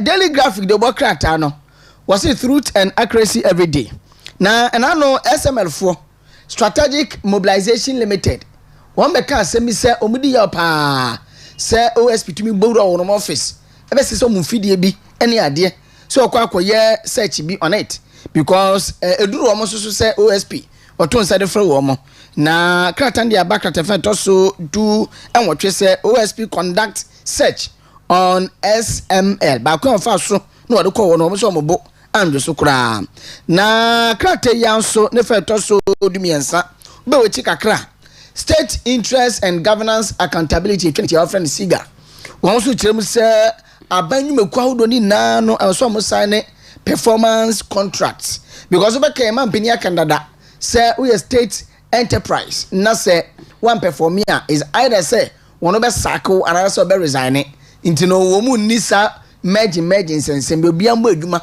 e fa so mo man no into no Siga fon so de aba say obe sign the performance contract say bosumi wei say ne metumi aye na wan rechi a na che say ho ekeka eba na mampani asmo kan so ama 30 days a year ultimatum and the Ministry of a year communication wono mo kan say 30 days ultimatum after mampani de clemency say edeba say yenhwe na yetumi nye biribi mfa yen frequency authorization is kasem bi ne ade ho no and on some daily graphic edemu nsem kakra ede aba anope abana Metwaso edi efri the Ghanaian Times, the most authoritative newspaper, Shrajifo, and Omutremu say, say afi 2025 World Day Against Child Labor no, ye bedi anesa. Nano ena Shrajifo dia betremu say, woba Ghana, and kwada yedu womu eye nkruntu djuma child labor no womu su edjuma ya yedu womu eye edjuma dene, ewo menimo eye 98,252 inti na ye bisa se kwan be nso na Shraj for fa so na saadi yetumi eyi edi efri ho na sa nkode yi na no ometumi akọ school ene Ghanaian Times ko Accra tininim na ewo kratafa to so du mienu na obetumi akenkenya munti ase yiye ewo ho na enra mpanimfo ene Ghana Registered Nurses and Midwives Association ekokohia ye wo mu di nkomane ya sokwen befa so na wo mu strike no wo mu etumi aejai na no ne yekire mu so mu kohia ye no wo mu nsema wo mu kaka na se enidaso ewo mu enche ya nurse fo ne ya midwife fo no wo mu besan aba na kawakrat nenim ene ye ka kire ene assemblies ahodo MMDAs ne se wo mu momodia se district assembly common fund guidelines wo ho no obi abetumi edi aye adwuma na no ne ade bi ebetumi aboye Ghanaian Times na abere ayi watch out day no krampo de no ye no mu di ye na no na ye di ye but akwa se Ghana ha no ye hunu biribi se hu ye se na ka bodwa na ya asa no ansa yatena dem na ye de nsam biare abatu dwa se bi ande because every 12 June be an international day against child labor na ka ebote radio so TV so na mo ba na mo tete to the figures na mo kroki e de bre yenye we next year besen yakosoro as they are not doing anything about it. The news center Democrat ano detailed driven news na Ghana Registered Nurses and Midwives Association almost say National Council no and be decide a nurse for ne midwives no faith into no go kwhia wo mo enra senia ekoba ye no the Parliamentary Select Committee on health one mo ehia ye midwives no mpenifo binum ene Ministry of Finance ne Fair Wages and Salaries Commission na ne nkemfo no komodi omudi ene se minister ne de number 1 we fail because come fast so the 100 cases no from day 1 no amwa shebufu and so as a woman centrofo na wo matuatua wo ka wo ntumi nka nokre no wo so kra esa yasem no o trema wo kai 2024 nurses for mo ko strike o mo ko strike bi ma a nurse for ni bi ekokotena one of in Crawford. Na me bo video no by Captain Smart from so mo mra. What you say? Enche na do say adjuma menu we dey fire keke kra no we ntu e kampo a burden of serious creative no e be free captain so mo meka. Omo kan we na se mo ya fa wo mo etu omo ka just allowances mu ntumi ntia omo e ka Captain Smart ka chon so ma dwen adwuma. So mo bisa for do say allowances. Enti mo na mo kwotena ne program no susu ye friend crocodile tears na o ha game mo e ya mo say no ene wose munye Wasemunya papa. Na sa oyo mo pe no mo kwetena o captain na ne from so mo mra. Na mo besu ngu aban ni tiri so NPP aban. Ka che kwakwa ma menu say ye wie school ye tifie from 2019 mo post ye wo de mo post ye. Nye hunu say ye edwuma empose mo ntua kakra na ye ne mo ntwema nso.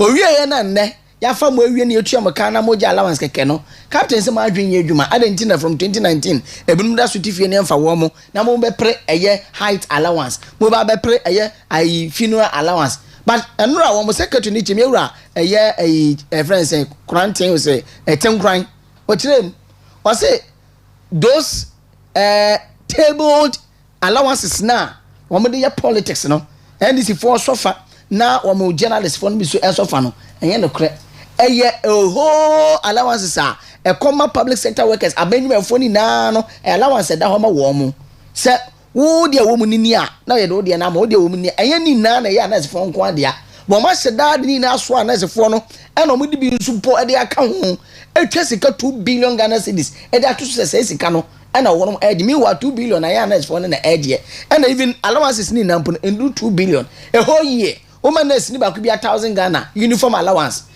but uniform no belt ka ho shoe ka ho and yet every man to a whole year 1,000 Ghana uniform allowance and boni bene wum so what said ako mudi bi akoka ho say almost a whole world some of am wo mo say no kre new center obokra attend hu sam de aba na 24-hour economy nso you didn't get the hu komoda dada na we tell say the 24-hour economy will drive the economic with digital identity and no hu sam wo ha no say obi e friend margin CEO ono nso de kakra we e de aba na 30 days ultimatum no ehon sam so e wa new center ehun sam kakra metumi akase no ehia wo anopai se bebo so nie me de the chronicle and am de to aso no kroyan so na me de betu apo e wo me di nim na chronicle ni ma say na former education minister ni foni asande abeto aye kiremu sene modin bo wabo e wo enwumesua so yim e wo Ghana na yetumi abona baso e wo Los Angeles Nifoni eda hase ni ukra na basu body kama krata feto so miensa e the chronicle edi we ba ye na health minister nifoni da ha no nya for problem inta kando ene ye bisa so anes for a demand 588 million Ghana cedis funeral allowance efra ban chen na asembisa chronicle wo bisa na KGO any NLA for any yetremu se KGO any NLA contractor ene free bra ye de enele ba ye eno ene contract papa etumi aboa chronicle enumnie the Ghanaian point the worker no eno ne be wi ano pay accurate, fair and FM and reliable na yura kwa me pianim oye Ghana hapeni bia ono so no Ghana be ka se ba no amanyo se ne abakwasam for man hu a won so tumi ekọ enimu pa wo mu na wo kire mu se eba no se resetting Ghana but wan kire mu se ne papa mu ana ne boni mu because o reset bi bia etumi call against you say bia onema papa bi wo phone no so uye free se onema papa bi wo so wakọ reset o phone no dey auto factory mode eba ne sa no a onema papa ni na ba den e be free so wan dwene no ho na mo dwene se eba ne se ye po bi e be reset o man Ghana ni papa mu oni boni mu John Dramani Mahama His Excellency ano betu reset Ghana e de amayen ano nsam so e wa ha 30 days ultimatum for NCA for sell mo and retracted those krata no a ye de koma radio stations be edusia 964 no amampeni phone da wo chim se wa ba mu bi 24-hour economy or the asempa na bo 24-hour economy almost July 1st and France here and I before so atwensa dia free ranapo e fa no mathematical set pages bi ehu a ye na eti yes say bra na people wa be mu no no education minister na say kokra mathematical set bi bo man Ghana mu ha ehu sika sem na mu kirem say enton so mu nti atwensa dia free no yewura yes sai wa deputy attorney general wa kirem say sem bebre nu anso eka ho aside mathematical set no nti yenya botani entwen na omre napo enso be fa eye okwan fufuro bi enso so a omembra so ni be de omo ase e de ni bibia aka okay it is get besia all right modi esi amontina semeba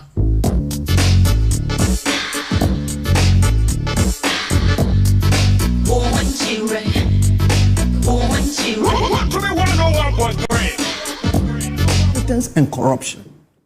The people who run the energy sector, check, when they leave very rich. Presently, it's a problem of money. Presently, it is a problem of incompetence and corruption. Listen, let me make this clear. The tax looks like it is necessary because somebody has to pay that bill. I think if we had a competent government, they will structure, and we fought for deregulation, again, my own man. And when, people forget, but when we got deregulation in the first few months, fuel prices went down. Okay, if they did their work well and then they taxed us, we will pay on condition that these problems will not recur and the incompetence and corruption will not continue. Because after paying, after doing ESLA, after putting all kinds of levies back and forth, we still are left with a problem. So see, as far as I'm concerned, the NPP is entitled to play politics with it. Because the NDC did the same. But who suffers? We suffer. Let me make this clear. E-levy is not the same as the Dumsor levy. E-levy was far less than the Dumsor levy. In the morning live on Western Diamond Television. And if you're down come Accra or has a better be free hop. The real one afe your name first commission for the come. Okay. Mate. Arope enkomo a ewo honie mebisa ade a kyese ekire ma adwene so a madadwene ho a mente ase menim se wo hu mu aye de mamia ade enti ada se wobi yare a yɛmfa ne sɛ nipa no ayare wɔ abusua no mu a na eduru baabi a ɛsɛ sɛ yɛtimi epem wa sika mmoa ede bua nipa no na wɔde sa ne ho yare a na abusuafo no nyinaa no wɔ bia atwe ne ho otie abusuafo no nyinaa atwe wɔ mo ho enya ade obi di kaprempo eba ame ade akwakosa nipa na ɔyade no yade na emom no nyame amfa fie na nipa no ewu a na wɔm a wɔm to twe wɔm ho abra na nipa no hia wɔm moa no aba begye efu no ene ayie no ayeye na kenten so sɛ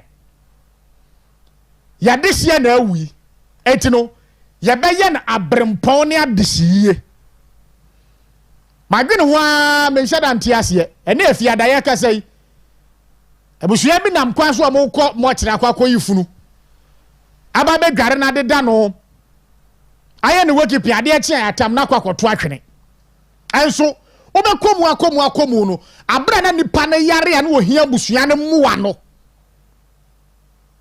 won kwa ohia mu no wobi amfi no enso owu ye de abusua twe wo muti se ye ndehye na awu no ne ye be ye na yie ne asie no abremponsie adanu ada last week na me na me ye pipe wanu ha ya traffic light na se no mo ye ye bi wo ho na ne me hunu ya ne me hu dwiri me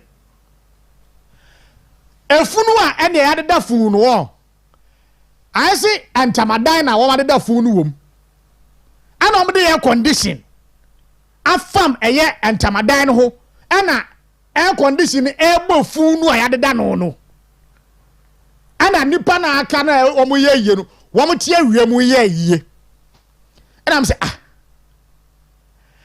obekomu nipa no wate ase mpo no na de obedi mpo ya ne den nipa ne te ase mpo no empredo do se no kɔ abusua pani wo se ebia me hia moa anso abusua pani amfi no ene owu ye no ya de da no ya de air condition ana asi efun no ho a efun no elbo air condition ansa na de na kwakɔ rada kamnam ba madwene ho a menti ase o kire baba edie pa na ba ye local settings no anase edie na asi Ghana has edie pa edie na ekoso sa okay Oscar de kan no ye bibire mu an ya ka de ato ye trima bia ayensa na wo se ebusua edofunu and udika o kasano kaze me rekoye in a way say nimpa no bushafo e bibia no makoto na atwene yantu nimpa antwene so saa ye kwa kope no krabre kama onu because bible na kaze na wewu na sabe yansie no siepa no opomba so wonfaso esen no ene sebio akwada yanyinse no na waba bese miscarriage opomba nya wapon eso wonfaso kra sen nia what was so many years we nyensie ni sipa is it dia ya say na wo ka no wo be kwa hunyanhia bi mu asase so no ye mu bi o de be dwese busuafo na mpese be bo wo one it could be say busuane bi nim and looking at ya no magnitude mpompo so ya de ne bro no Oscar so mo ka say mo hwero mo a so do level bi a anhwe no mo nim say ade no so anko ye adwimi na me de me adwimi kasa sa na tie into no adenti ana yanye de betwan kakra not to that maximum extent ani baby ahesenka ka o nka aba ne say na nka ye de na fa ha ye ne ko world class e hospital ye ni ura ye ne fa at the end of the day ofiri mu asebe o akwai se e ka bi kura sa ba be de echi nti ebusua bi no obepese obeba bosia e de ahwe ne di hye yare da hom o ebusua bi no obepese obeba bosia da hwe ne di hye yare da hom because anye yensu ana se okwakotu aka wadwe say ye ndio be ye nye sika de ateneka but ye no so be ye say so person hu say ne we yas be ya hwe ya de da hom nipa dodo on ba be sa wo ya de da hom na no so be de tame we yas nipa dodo on be ba okay enti me hu ni say enye busua ni timu pon say won person be boa won de hia na wo ya de no na mom no mo dwe ekire ensunsanso sanko ye a bo se ne ko ba ebirisese no ye be de nkura ne yetua all right me da say abna ma yentio na yemi ahoma ne tum ofa me da say na ne edi kan no ma me senior kyerema kan ye no so yese iya ye kaka se bi se ebusua dofunu na wofa adan timpo na se wode hye eyare a wo ba dwen ho se na nipa wo yare me ko bobosia kwhwe no na sa wante apo adan ti na in the first place a wosa sa adwene ba otirim enisa sa adwene ba otirim wofa ene ebusua bi bobosia de ye nti adan ti na sa abosia no mammo amfa nhwe no na no ho anto no debi eya ma enwie ye ho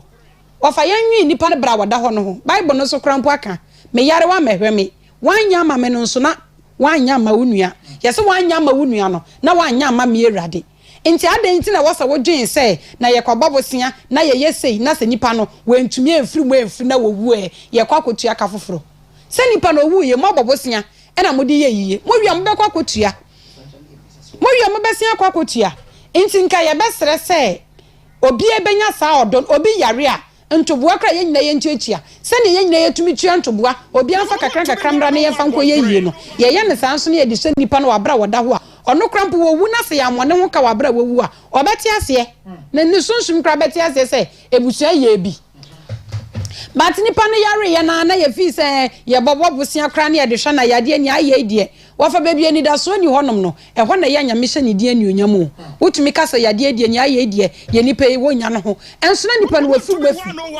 ohu enti obi yare ama ye nwie ho se ye kobo busia na ye de kwhwe no na wanya yi a afa ne ye be kwakọ tue sika foforo nipa na anya yi na moasia kobo busia be ye yi no obesia kotua. You understand? Okay. Nti ebusi obi yare mama ye moa no.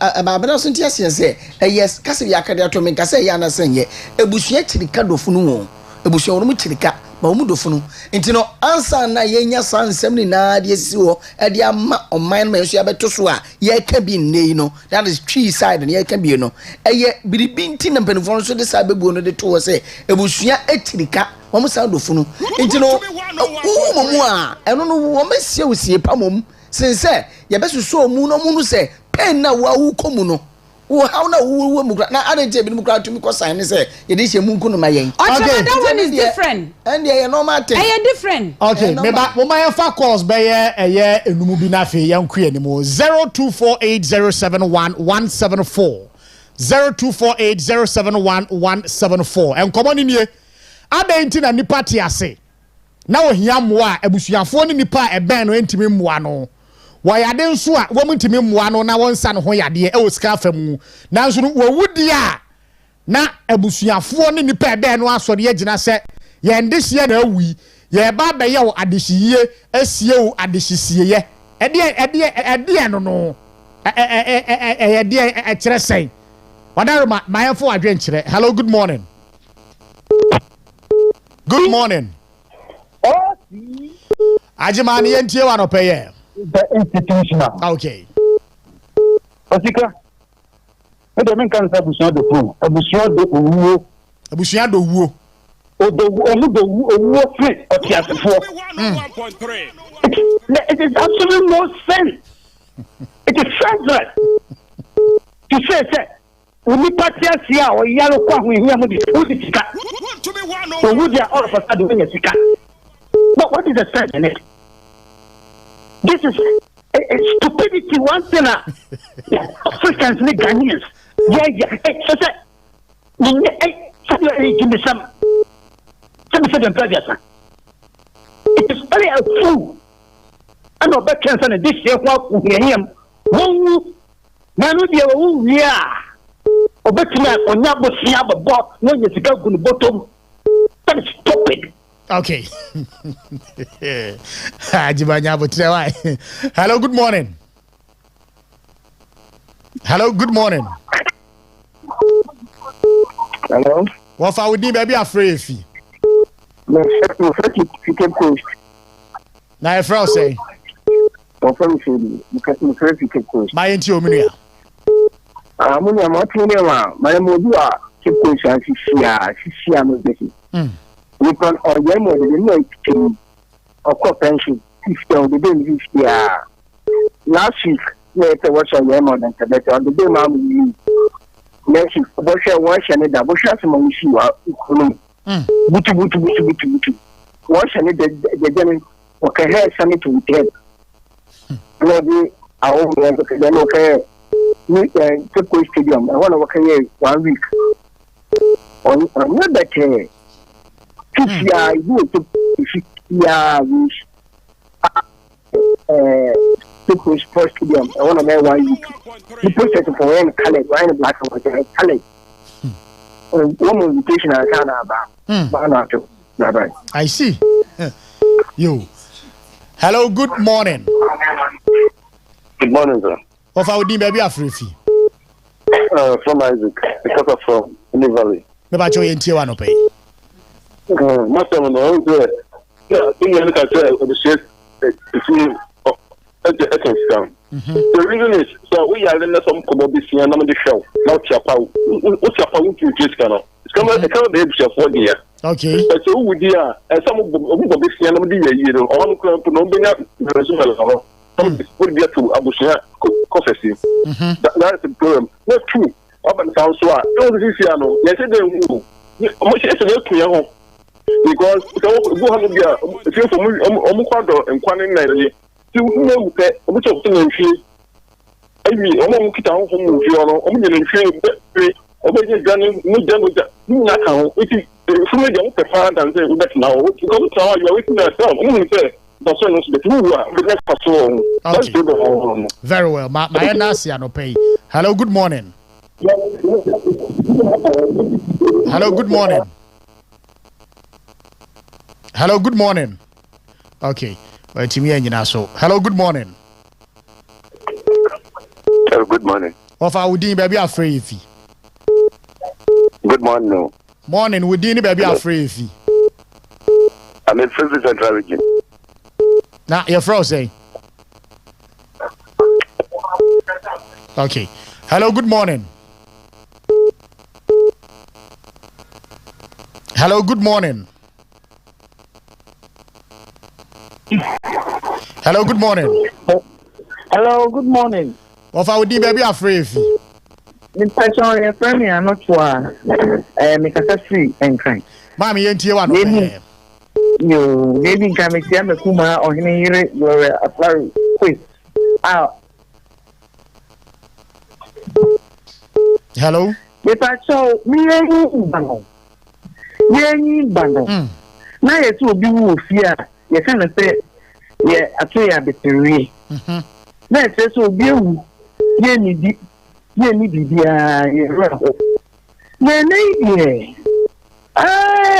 independent down the phone down the corner. There be an issue. Let me pay the D. So you may go bed, dear.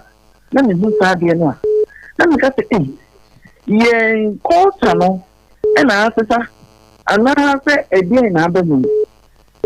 And you know, the echoes will done a honey a year, you only a dear lady. I was said to be more Mokata at the moment, and I'm Moka Emma and Benefortino. Anka maybe beba nanka yeah dear e kana ebemuno emma from na ye diane koye no anka emma from kakra nanka nkola na ewu fie na ye pesika dia no mo school no ye banko so okay yo woni nya mentina. Hello, good morning. Yeah, good morning. Of our dear baby afraid. You because every assembly Central Region. Okay. That the Americans say, I mean, correct to the panic. I say, Ubi Wa Yana, Yen see power on back channel. As a million say, that's why you Juma was scare Juma so many years. Already so now, then found there, you back example, been a mayor. Not to be not be competition for never, re for never way. Sanko for the Nayana Bible, heals the power. Opomba prayer ono enu children said you we will not be air condition wo bra wo ya le nyamo heni amount the Kuna you name the condition in Tanyama, the Tawi, I mean, as you see power. And only at the end of the boat now, after a boom now, now, but me, I go yellow doman, and the wood done or my. It's a bush at the fruit of a yes, in a young would you and I do one for some issue? Okay. Hello, good morning. About your Udin baby are free fee. Me dey at Hannah, Mr. Western Region. About your Yentio Hannah. Okay, the person make can start some more than once and the many don't have na me about Yari. Almost mammy me down ma more died about money na say down. Obianti, the auntie, because she said me, don't we na and on my castle of ambulance. Near Fanning Cocha Mortry. And your movie is Cadamai, and the Cocha Mortry, so Fanny down and Yamu. Yes, but then you want to send Quebec. Say, a cranny yarina no be area between the area. Omotista, ever back near the Abua. When you find him for the corner, why you do not yet. Can say, I'm betting money from a Cojabusia. I gather ye, you can come to some account. You, yeah, that's a pa Hannah. Hello, good morning. Hello, good morning. Hello, good morning. Morning. Mammy, would you be afraid of you? If I was betting, I can see a support captain. About your NTO. I think I'm working a good now, I do not collect a Osikani. Now, what you use, sir? Now, oh, here is what we are already paying. I say too much, and you bamu your deco. Wedding bamu your deco. Until you know difference because if you want to do deco, you better say wedding. Oh, hey, it's where the other Sabamu president Betia. And Kasam, a member of the member. And because the state council, and come to command and thank you. Okay. Yeah, so yeah, that's Yanopai. Good morning. Hello, good morning. Good morning, boss. About your Udin baby afraid fee. About your from Mike, with Faith Capus. You, my NTO. Papa, you know, some now what kind of make a because and canoe. And canon and implement for say, Obu, yeah. Obama, buyer, 3 days, no way saying, oh, they did not cash a buyer 6 months. No, I prepare. And one got that in China, other working there. They used to not say, full with Sena. No, we are getting back. And the other, if I saw trade, I'm 2 months off. They are preparing the young man for 50 maba. No man walk out address away more. The Cannon shot the ma, Jenja won't me yet. It is a way of man go back to all system no nations on your year the man. Manage them. The idea beside say, I don't think Nipane added a wha, not with Yamwa, a bush your phone to me, Moano, what would you not Wamaba, Abba before Funisa, won't be in a year no mercy. If we send the Maracano or to the neighborhood of Nebusiani dofunu. Nebusiani dofunu. It is a yellow one cast of you would down or quite out on order Episca. It is showed them and you about to a Ghana. Okay. Hey, I said, you. You have our last one. Good morning. Kafra. Hello, good morning. Hello, good morning. Hello, good morning. Hello, good morning. Good morning. Of our D baby afraid. And that's your Mikasa voter regime. Now, we did the same. Good morning. Kefremi Pastor Scott. You, Yentio Minia. Say, oh, me, you're not so now. Anyway, we are minimum. You said, China, my papa, don't worry. No problem. Papa di offering him ma only woman kasakra omo pikino e di saba ko kasem say every day dia ni baba friend na yesika sem ma yesika sen yesika za maybe me Tijuana to be friend and catch any paper. But share a boy no yo. I feel they were fair, me brothers no say as a man think no prepare more say na me say here. Come on what papa tia so frɛ wa what is the country won pick. I feel they wo wi no. Wo manage it, wo organize it, no one has got the share. It's so wonderful, my brother. It's so wonderful. But okay. So I'm a deputy. Want to make it? Is that an answer to beat me up? Now, buying better me, I am going to share the it is very grateful. All right. Yeah, so yeah, that's it. And you know, yeah, the friend in no ABC I see. Oshawa. Oscar. Sawatibi. Amate, but when it comes to barrier, see obi ewuni esi na last respect. Intend there, yemfa etira asem no mfa to be because Oscar say no kind air condition mo dey born na wo mo tie wie mo ne ade no. For now no, baby a mpempron so a mo duro no, nipa na wewuo no nti na mo ho. Nti ono de man enjoy the last you know. And I said you because say prepaid na yesen na be hye. So what you say man air condition so prepaid say na betua. It your last respect, you see. And you were at the end stages. You from the early stage. You the mild stage. You the chronic stage. Into no yadia no say be ebusuafo no omo hwe no o. Ebusuani bi ameni obeka sebe. Ne de hia yadia won hwe no. Se me na kokokora wu a ebe hye no ne yem be hye no na yambo bi wu a ne yem be hye no. Ti onipa bi no obeka so wan dwini nua nimpa ho. Wan be hwe but from the early stage no ne yakọ ebi at the mild stage. Afeni eremu the chronic stage. Eno na edu baby omu se no chronic stage na eduru no. Emu ayeden yan ha ne yakotu sika so agu to the stand say enfa so bi anfa mbre yen introduce that level na ana obi no beka so ebusuafo anhwe no ma bibi na mo efiam kata mo wife kwa mo ted boni eduro ma me no so ba ya say e pharmacy pa na ma me no kotu mu nduro aso ko wholesale nduro no na odi aba efiam kwanta ya ka wenu akoto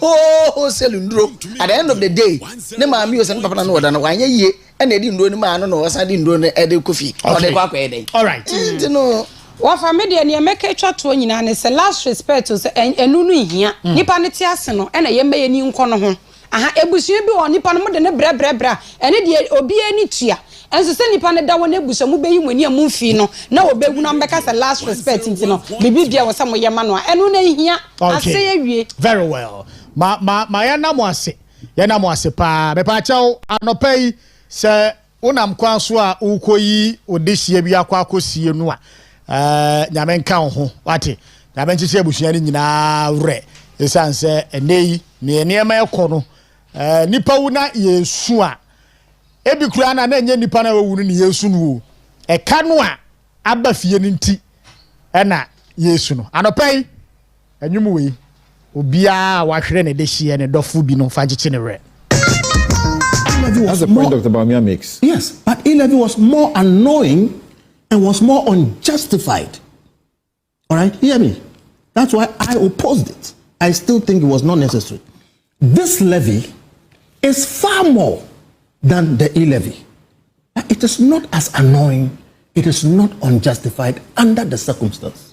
But the circumstance is a circumstance that is caused by ineptitude and corruption. We're not talking about what annoys us. We are talking about what burdens us. Well, what burdens you is incompetence and corruption. And I'm telling you that. That's why, look, I pray that this tax will solve the problem.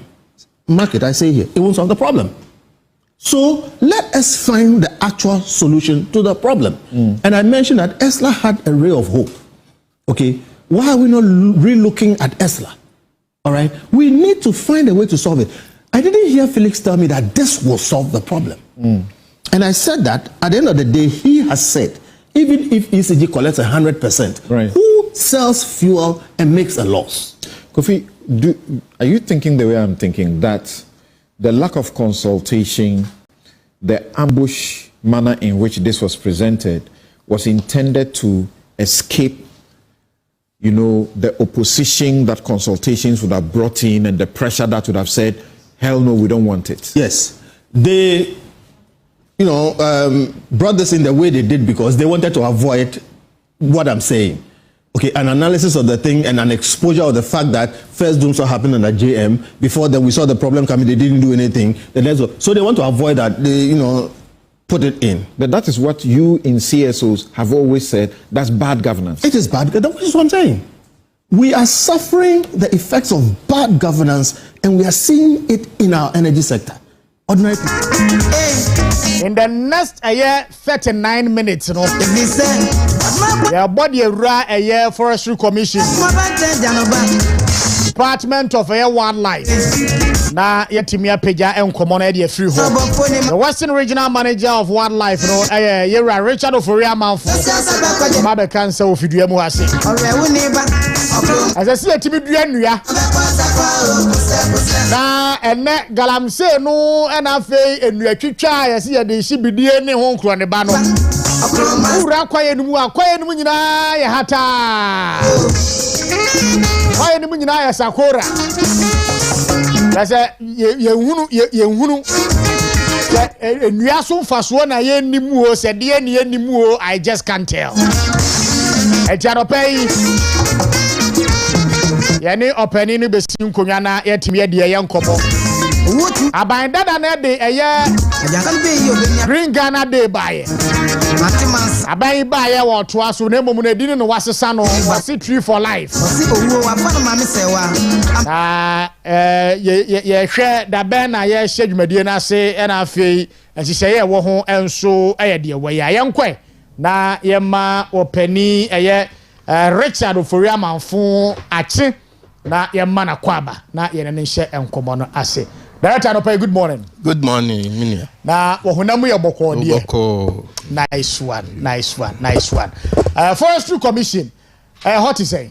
Yo, hoye pa. You gusun kakra. No gusun kakra. I say adwuma na edin pa. Edin pa. Edin pa. Yenyina wildlife so kakra na fe yenkwa ye forestry na nkasa enkomo no eso. Wadaroma Western Regional Wildlife Division of the Forestry Commission no adwuma pote ben pa na moye. Yo yenyina as a Forestry Commission no adwuma baako. Your divisions miensa titru miensa. Okay. Wildlife division. And your Forest Service Division. And a Timber Industry Development Division. Okay. TIDD. The side divisions miensa yet titru forestry and no Forestry Commission. Your research for your education for but ni titru pa sa dwumadie miensa Wildlife Division FSD and a TIDD no ye major divisions are your Forestry Commission. I see. I tell you my dear partner say ye forest in the dear as at now no ye bibia wom. Okay. Ye ntwen ya wom ye nkuma bua wom ye ye wom ane se bia o kuma koye tourism. Bia person ko hwe emoa wo forest ma na koye recreational activities bi wo forest reserve ye reserve no mo a eno na ye allowed and na research person koye researcher sa na ma mienu titru ene ye no ye forest na apart from that there we be any hu kwan say ura ye reserve no uram ona ba kokura sim ba kusim na ba kusi abontena ye becho e di wako police station. I see. Prosecute too, yes. Unlike forestry, FSD, or reserve, or more reserve to say okay, example, your reserves in Ubine, Kakum. What is National Park? Okay. The would better a park, no be say your reserve, no better a park. Maybe a Mule National Park, Kakum National Park, okay, Bui National Park, at what was so, and now reserve. Until you more who do the bat, ni generally no. Ye ne say reserve no obia nkom ubekom kura agi say oje permit upe bibi kura free mu akoye this for research na executive director na be ma approve say ebia sisi koyi bia highway ana netiway na fakoye research apart from that no ni hu he say ubeba reserve no mu no afa bibia wo de wo ba be ya ne say for ani behwe adeɛ no na sako nti sɛ ne ameka wako Kakum National Park a reserves bi no wako Bui National Park a ɛhɔ no ma yɛ dam kɛseɛ wɔ hɔ no pɛsɛ ɔkɔyɛ recreational activities ɛhɔ wokɔ Mole National Park wuti fie kura na aso no aba monkeys ani ayi nyinaa yes nti no ne yɛ reserves no nti yɛhwɛ mmoa na ɛwɔ so ɛwɔ mu no ɛne forest no because mmoa no te forest no to say forest no a mmoa no nso nya baabi ntira nti yɛde yɛnsɛe yɛ forest yɛnyɛ bibia ɛwɔ ne yɛhwɛ sɛ mmoa no sɛ ne Nyankopɔn bɔ ɔduma kuma japadeɛ no ma yɛ no saa ne yɛpɛ sɛ erimeni na mayemisa wo mmoa ni ɛyɛ forestry a yɛbɔ ho ban wada roma emfasodie ben pa na de ma ɛyɛ yɛn nipa no a yɛte wɔ man no mu no sɛ yɛbɔ mmoa ho ban yɛbɔ nnua ne ɛho nkro ne ba ho ban no mfasodie ben pa na ɛde brɛ wɔ man no okay ne medical ka ne sɛ adwuma Nyankopɔn de ma ɔdasani nipa ne sɛ ke yɛbɛhwɛ yɛ forest ani yɛ mmoa so intact ana yɛbɛyɛ kura sustainable use wɔsi mu ni bi mo hwɛ so na mu ni bi wɔho ne mo ho ban saa na wohwɛ Bible mu a ɛkae nti yɛn na Nyankopɔn de yɛsi so sɛ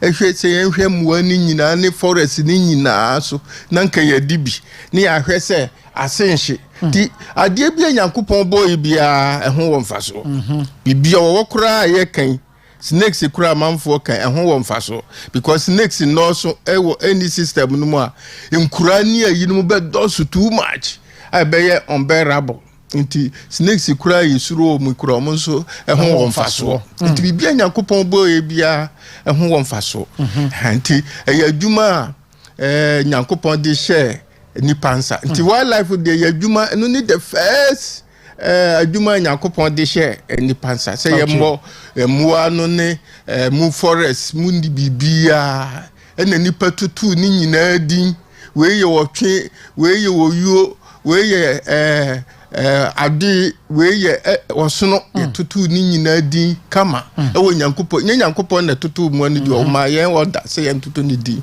ni yɛn hwɛ so nti adwuma yɛ nti ɛyɛ yasɛdeɛ one ɛyɛ yasɛdeɛ sɛ yɛbɔ mmoa ne nnua ɛne ho nneɛma nyinaa ne yɛbɔ ho ban ɛwɔ asase so na mfa so ɛma yɛ ne sɛ one ɛma onsɛ aesthetic yɛka sɛ aesthetic nature of the forest forest ni very beautiful and to ko baabi na obehu forest kama uko uramu a very kama inema environment ni nyina very beautiful and one no aesthetic nature of a boy pa na secondary scientific say make wildlife emwa aduaba bi wo ho a regeneration eboa dispersal of seeds they say aduaba bi wo ho a ye frɛ no kokoro buba sa aduane na ba sa amfa elephant yam wahu elephant ani na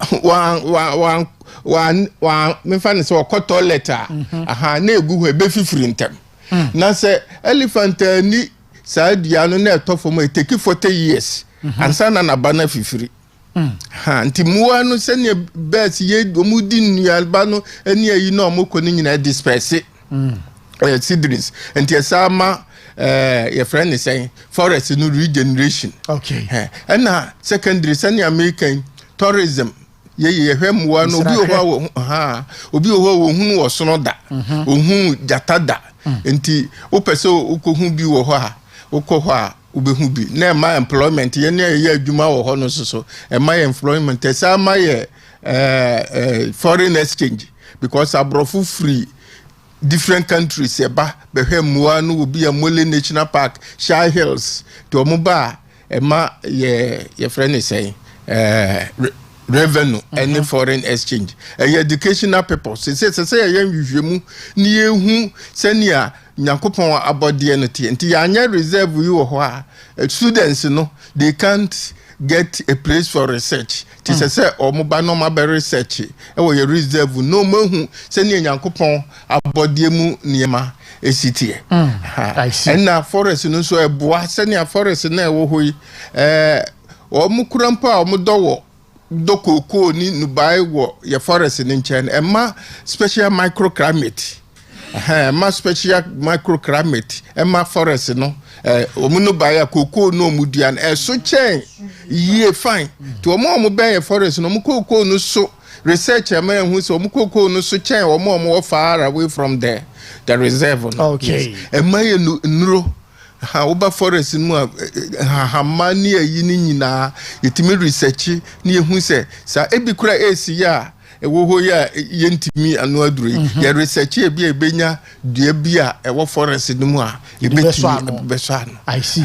Na se no agreke kura no utimi hu se nu bahia ye dua no pest ese no enti eduru ba bi a they become less resistance enti ye ko forest no mu konya nu bahia bi ti se bi a hu rice na de wo forest no na e similar one na o de be cross near outside no, it becomes resistant to pests and then keka nti mfaso no de bebre diane fruits uko fruits e wo ho nyina yes etimi ye se kura nsusu mu anu bi wo hokura ye pese ye no ranch nti wo ba na bi wo twe ne ye pese ye no a etimi kwachi bi ne de na ba fie na yeah womo na that changes to increase our food production.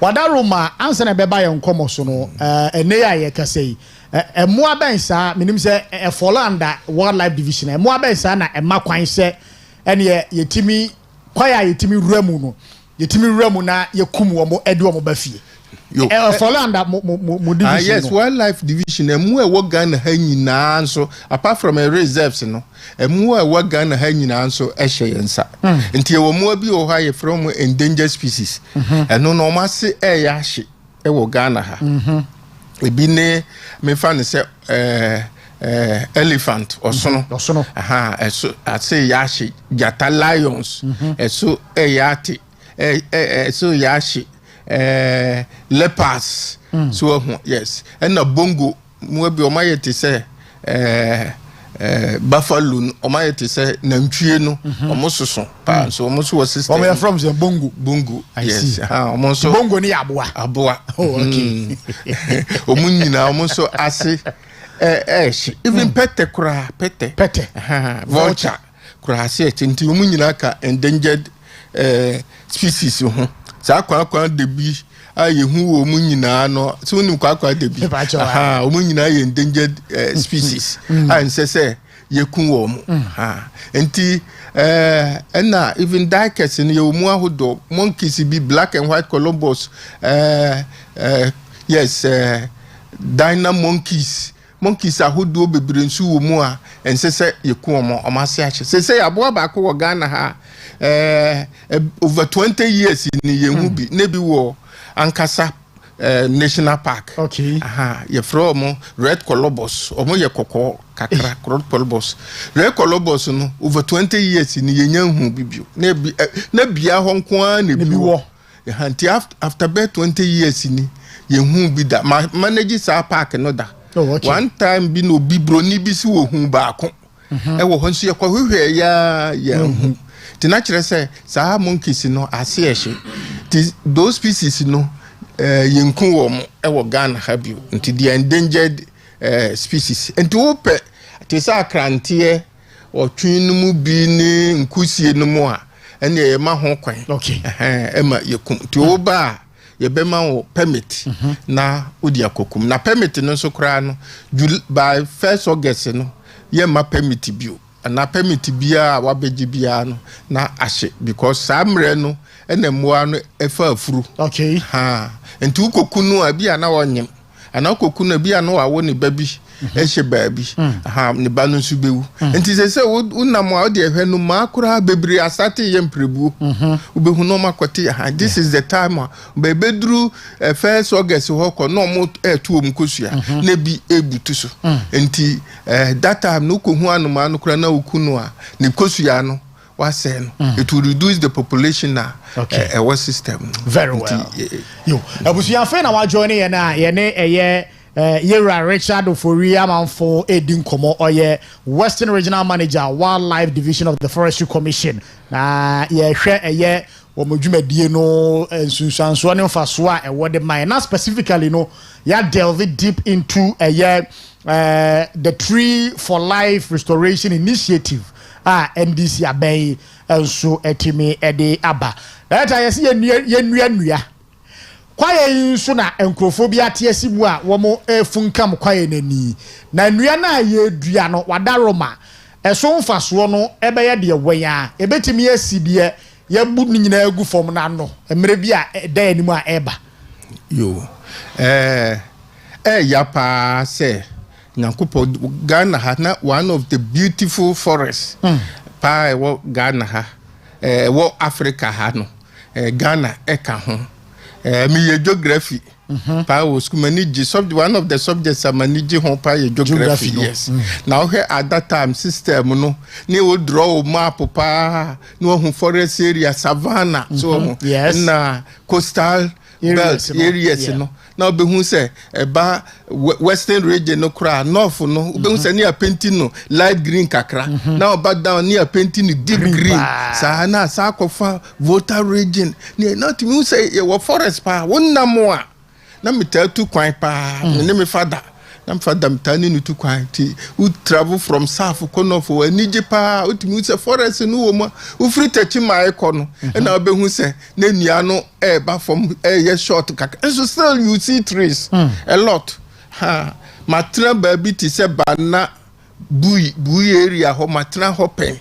nyina but at that time no utimi say nua no nya kase de but nua wo mu pa recently me ko ho Uchasa wona mkwa ho a wo hu nia ba akokora ya twa nia ni nyina ya hibidie so wo di yemfuo hibidie ni ai enti utimi hu say forest na wo Ghana ha no kwa na eko down western region na forest hopa wona mkwa akokora ba bi nya forest kora ho na ya transfer me free ho na me ba ankasa na me ba hai okay at that time am ko utimi hu say forest hopa but this time forest no kwa na eko say yenya chainsaws no na usimu a pipi yetwa na tugu yes enti utimi hu se nsuo kura se ne nsuo to no system na change enti climate change effect no aye kana ba pa wo Ghana na ye hu se Ghana hanso ni one of the areas in the whole world that forest degradation koso the rate is very high. Ghana. Yes, Fananyina. Yes, countries are deforestation. Ghana haka.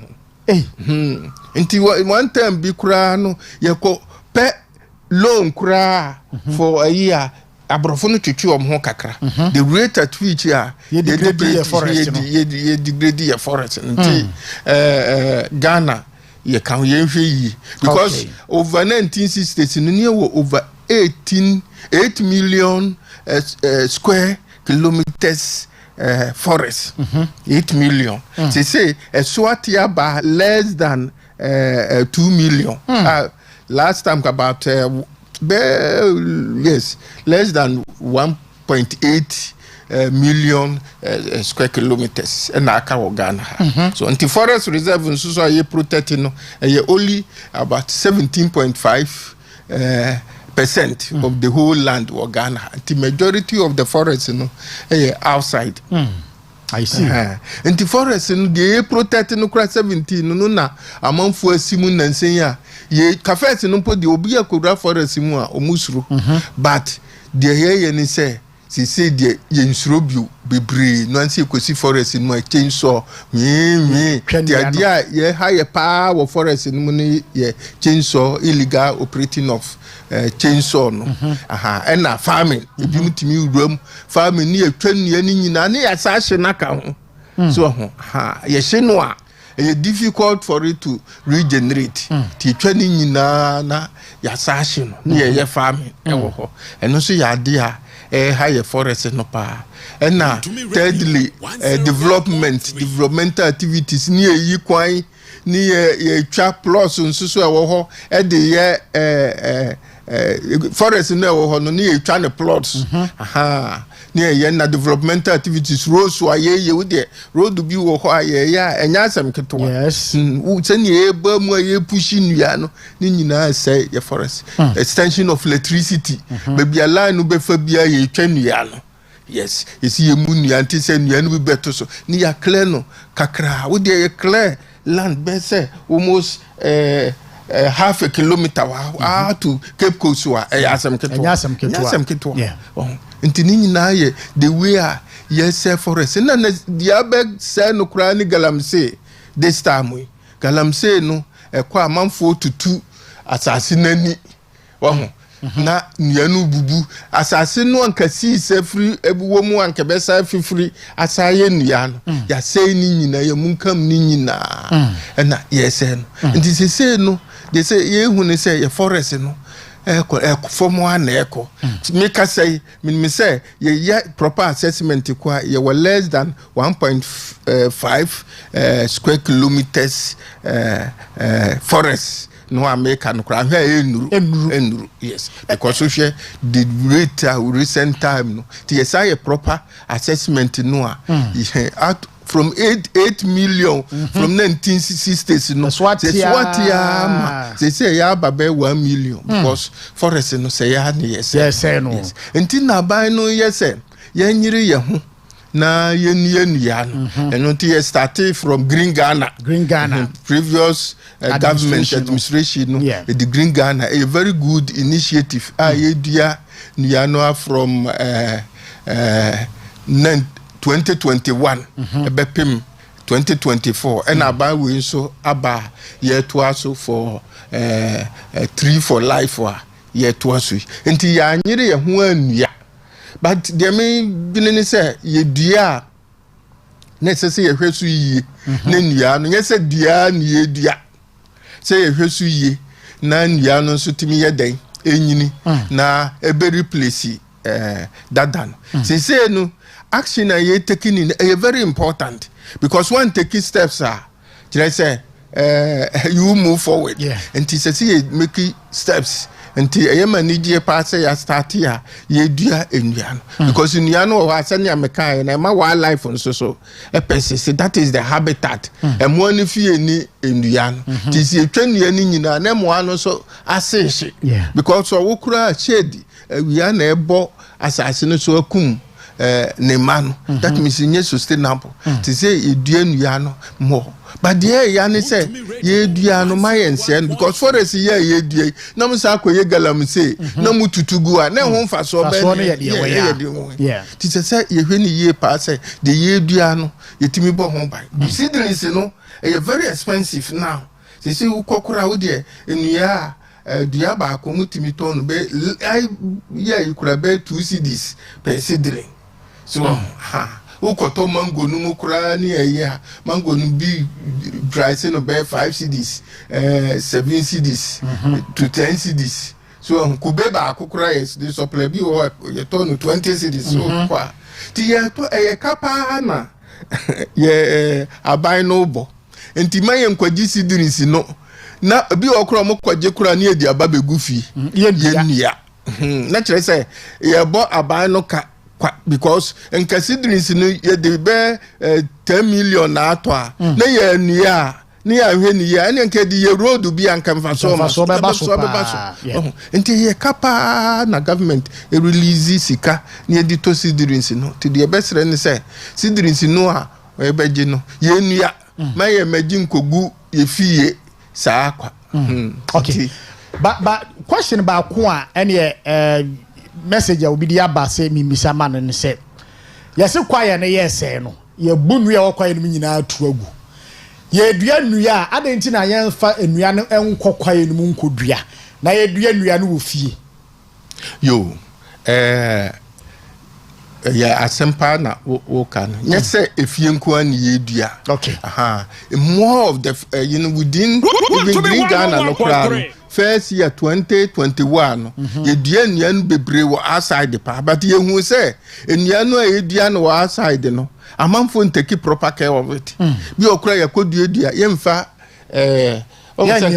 nye ho nesisi wa ne mponche eni nyaa awia ubehu ne enyini nti from 2022 ban ye concentrate more of forest no forest no de hwa ye fi ye nti edua ha de hia ne so betimi maintain no be 2 years u maintain ni 2 years no a eno abeko ba de edua ye no unya sure say galamsey fo ya ts mo tutu na ase ese one thing na ese ye hwe ni say ye dua no ye be prevent galamsey fo no enti sa ye dua no no mo so ekose no a ya boka kwa enti se ye prevent say galamsey no ye betu afri ho ba nye forest ni nyina nso so na galamsey no ye den ekoso ewo ti say asat na me ka say wildlife forest reserves ni de ye hardly so be hu say galamsey fo ebebam atiesi ti dia ubia ni ho betimi akom forest reserves nya ba bia nsusu na gold wo mebo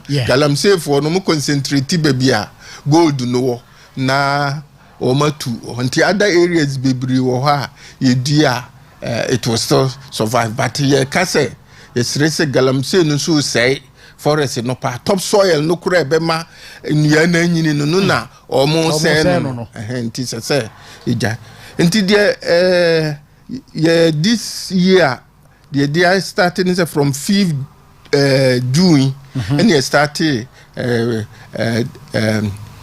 plant tree for life no okay they started until you started dada yeah started until from 5th I am say publicity no form kakra wana yeah pa eco lunch we have western region ha ye koye no naval base yes and ye ko lunch media for bebre ba ho e ma no ba tv so ni ada yi nyina e bia mo na sorry say bia ya invite mo na se bisa enti akoso pa anti tree for life initiative no ya say no na replace green Ghana no they are started a lot of seedlings they call forest reserves no mu akọ planting or you clear a lot of areas of subri forest reserve replanting baby o mo tiesi wo mo tutumu nyina no subri ho area ho no yes ho na ye na the person ye ni say area nso so ma ye galamsey no so ye rehabilitation ye clear land ni silia yi nyina na edua no bi esisim I see et no afi tree for life no wadaroma e be last for how many weeks with the initiative no you see the whole of June no okay but forestry commission no there ye nyai ye dua sa akopim September okay so no the western region hanso no to even October kura nso to enti the here say ye nya seedlings no ye dua enti ye be dua sa to ba ye forest office no na seedlings bia unso peso gudua no ba regional office oba ye forest FSD for regional office be nia bebri wo ho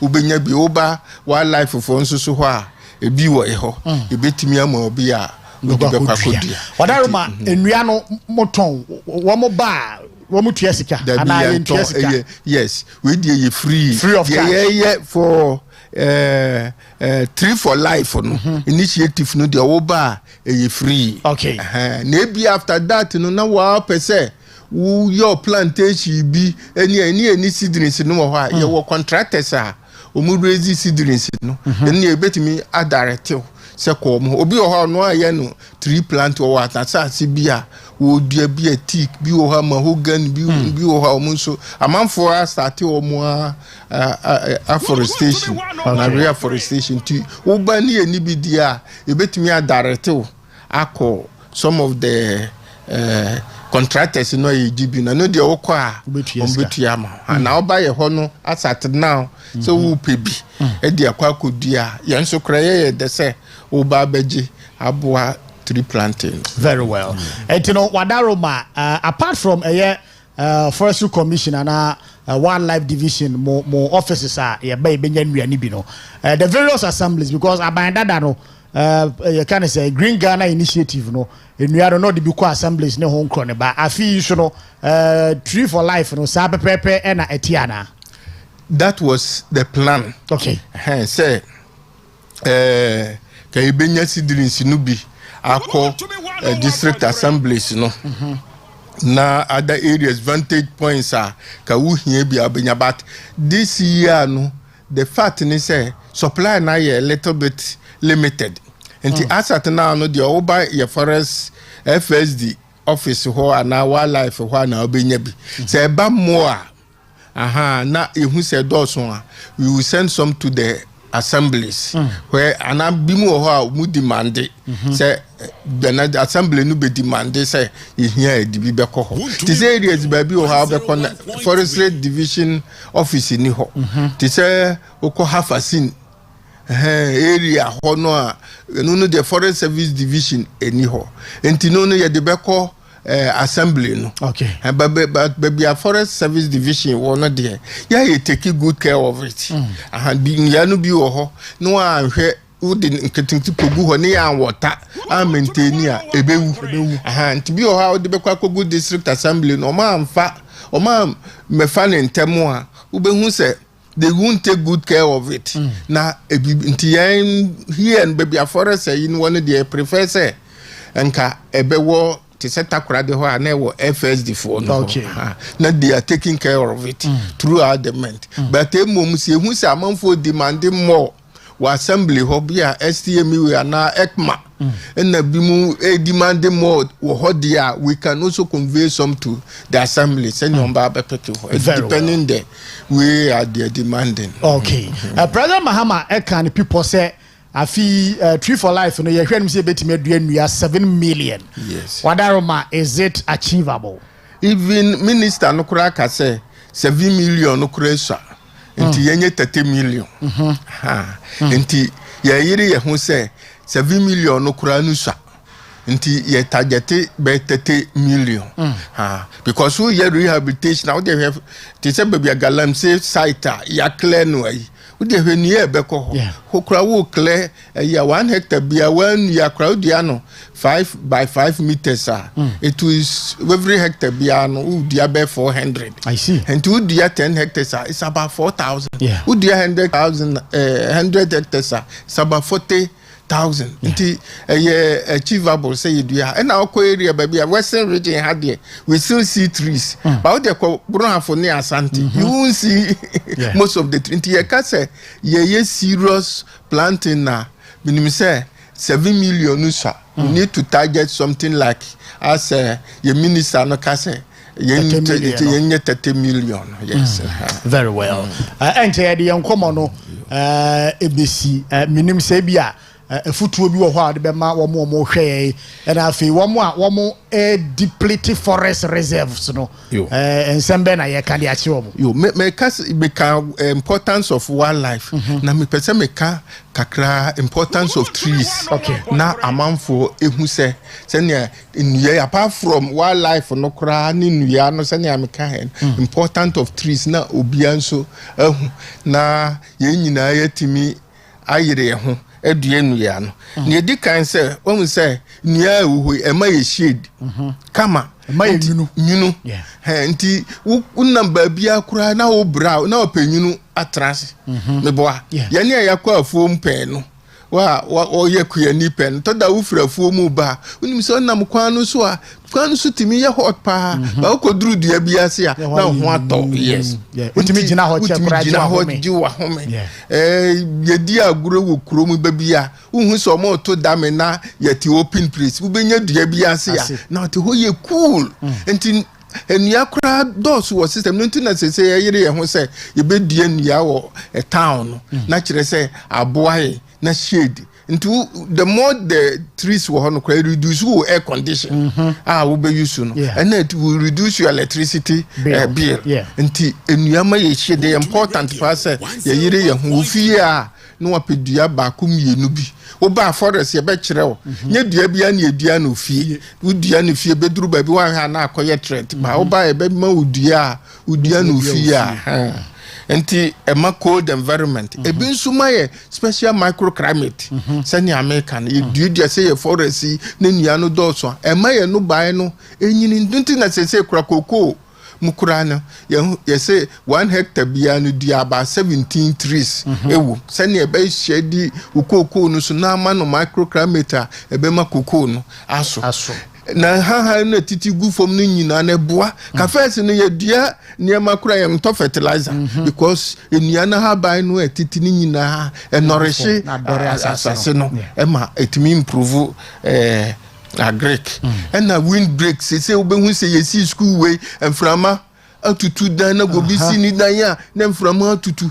because of the enuanu a eni ho say enuanu ye dua and frama speed a day ban e be reduce no ama reduce sa ye dan ya so epipa ba heart ene enuan so e ma yensu on say ye twetwa nua no nsu onto wo de June pon ye wo mu Takoradi a nsu onto to my satisfaction na say nsu to yo kakra bi ka first no anka wutimu say June no nsu topa ma wa wo je ho kura enyi ensu say e change enti nua no ma yensu research kire say dua ba ko bia no etwe ni weight 3 times enti say ye be 20 tons wa every day bia 60 tons of water to the atmosphere na no condense na the rain yes the forest no so no efri ponum kura ba efro nua no so na di akọ atmosphere no na timi convert to rainfall amai ti etwa ni nyina no reduce no na say now from sa it's difficult to go up enti yemwa na sene eken ye medicinal plants enua ya sese kura no uhwe a enua no aduru adiman na ye more important chain de ekototo brofo die ye more chemical na wunya abibiduru kura enu ye more natural chain your friends abrofo die ekototo synthetic ni ye keka ho tini nyina eboa ye pa enti ya nyire ho sene America nnua inu na ma ye roof ohun ye bibi ye nkunya ye bibia ye part of us say wood dem ye nade kura nyefe but proper wood no design ya kama boa ye pa carbon ya ye humi kase me framai ni nyina oxygen na enu produce oxygen na yenso ye the carbon no amo enti ne ye ka say if the last 3 dies the last will dies so enti ni nyina boa ye pa na the kra me can say ti say senior ye ka 3 initiative no ye nyire ye ho na obia se Ghana hakura no obia dua 111 ye over 30 million meboa ti say enko obia dua 111 target no a minister ne seti ye no ye be achieve nti wo mama yensa no mu ntimi nua wo papa no wadua ma omo obia de no ahwe so say your friend say nua no ebenyini ti enyina ye nia ni ebenya ho mfaso na forest no peke na environment no ye beautiful ti say number bia si say ba bia da ne sere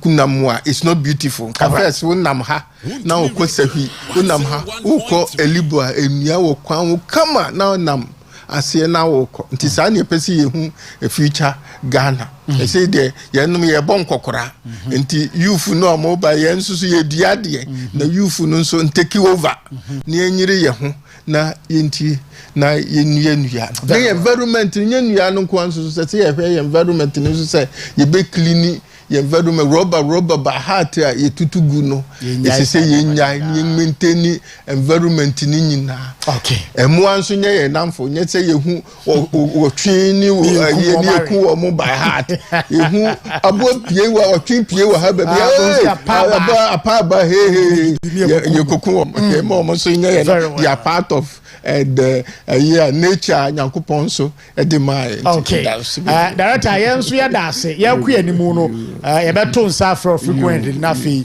wa ba be education no so e de amaye ye da ase pass ye to nsa for wo utimi e baye abusua anope ye ne eye Western Regional Wildlife Manager ye Richard Ofuriamanfo and I see nkonya edi eye enkobo ne de bebrenu awo mu bat emre ni ntino ye de besi ase da foforo no ebesa atonsa afre na fi yetimi apagya sa enkomo no ye na production team ni nyina ase ochemaba ASNTL ochemaba ye da ase oro na head production no Michael Yaro ewo MCR Samuel Dingo na handle cameras ni nyina abna se wa mani ampon Kelly mana prek ma ye na mo asedwuma so a matimi abomidi ni Osikani Frimpong Manso ye miemu so na ya cross over to Wuntumi TV Wuntumi Sports Buffet etimi ato so premoto a ye de premoto brekase ye bobeba abna ne ochemaba e de beba no na ibonso a wo mane mpuntu adwumadie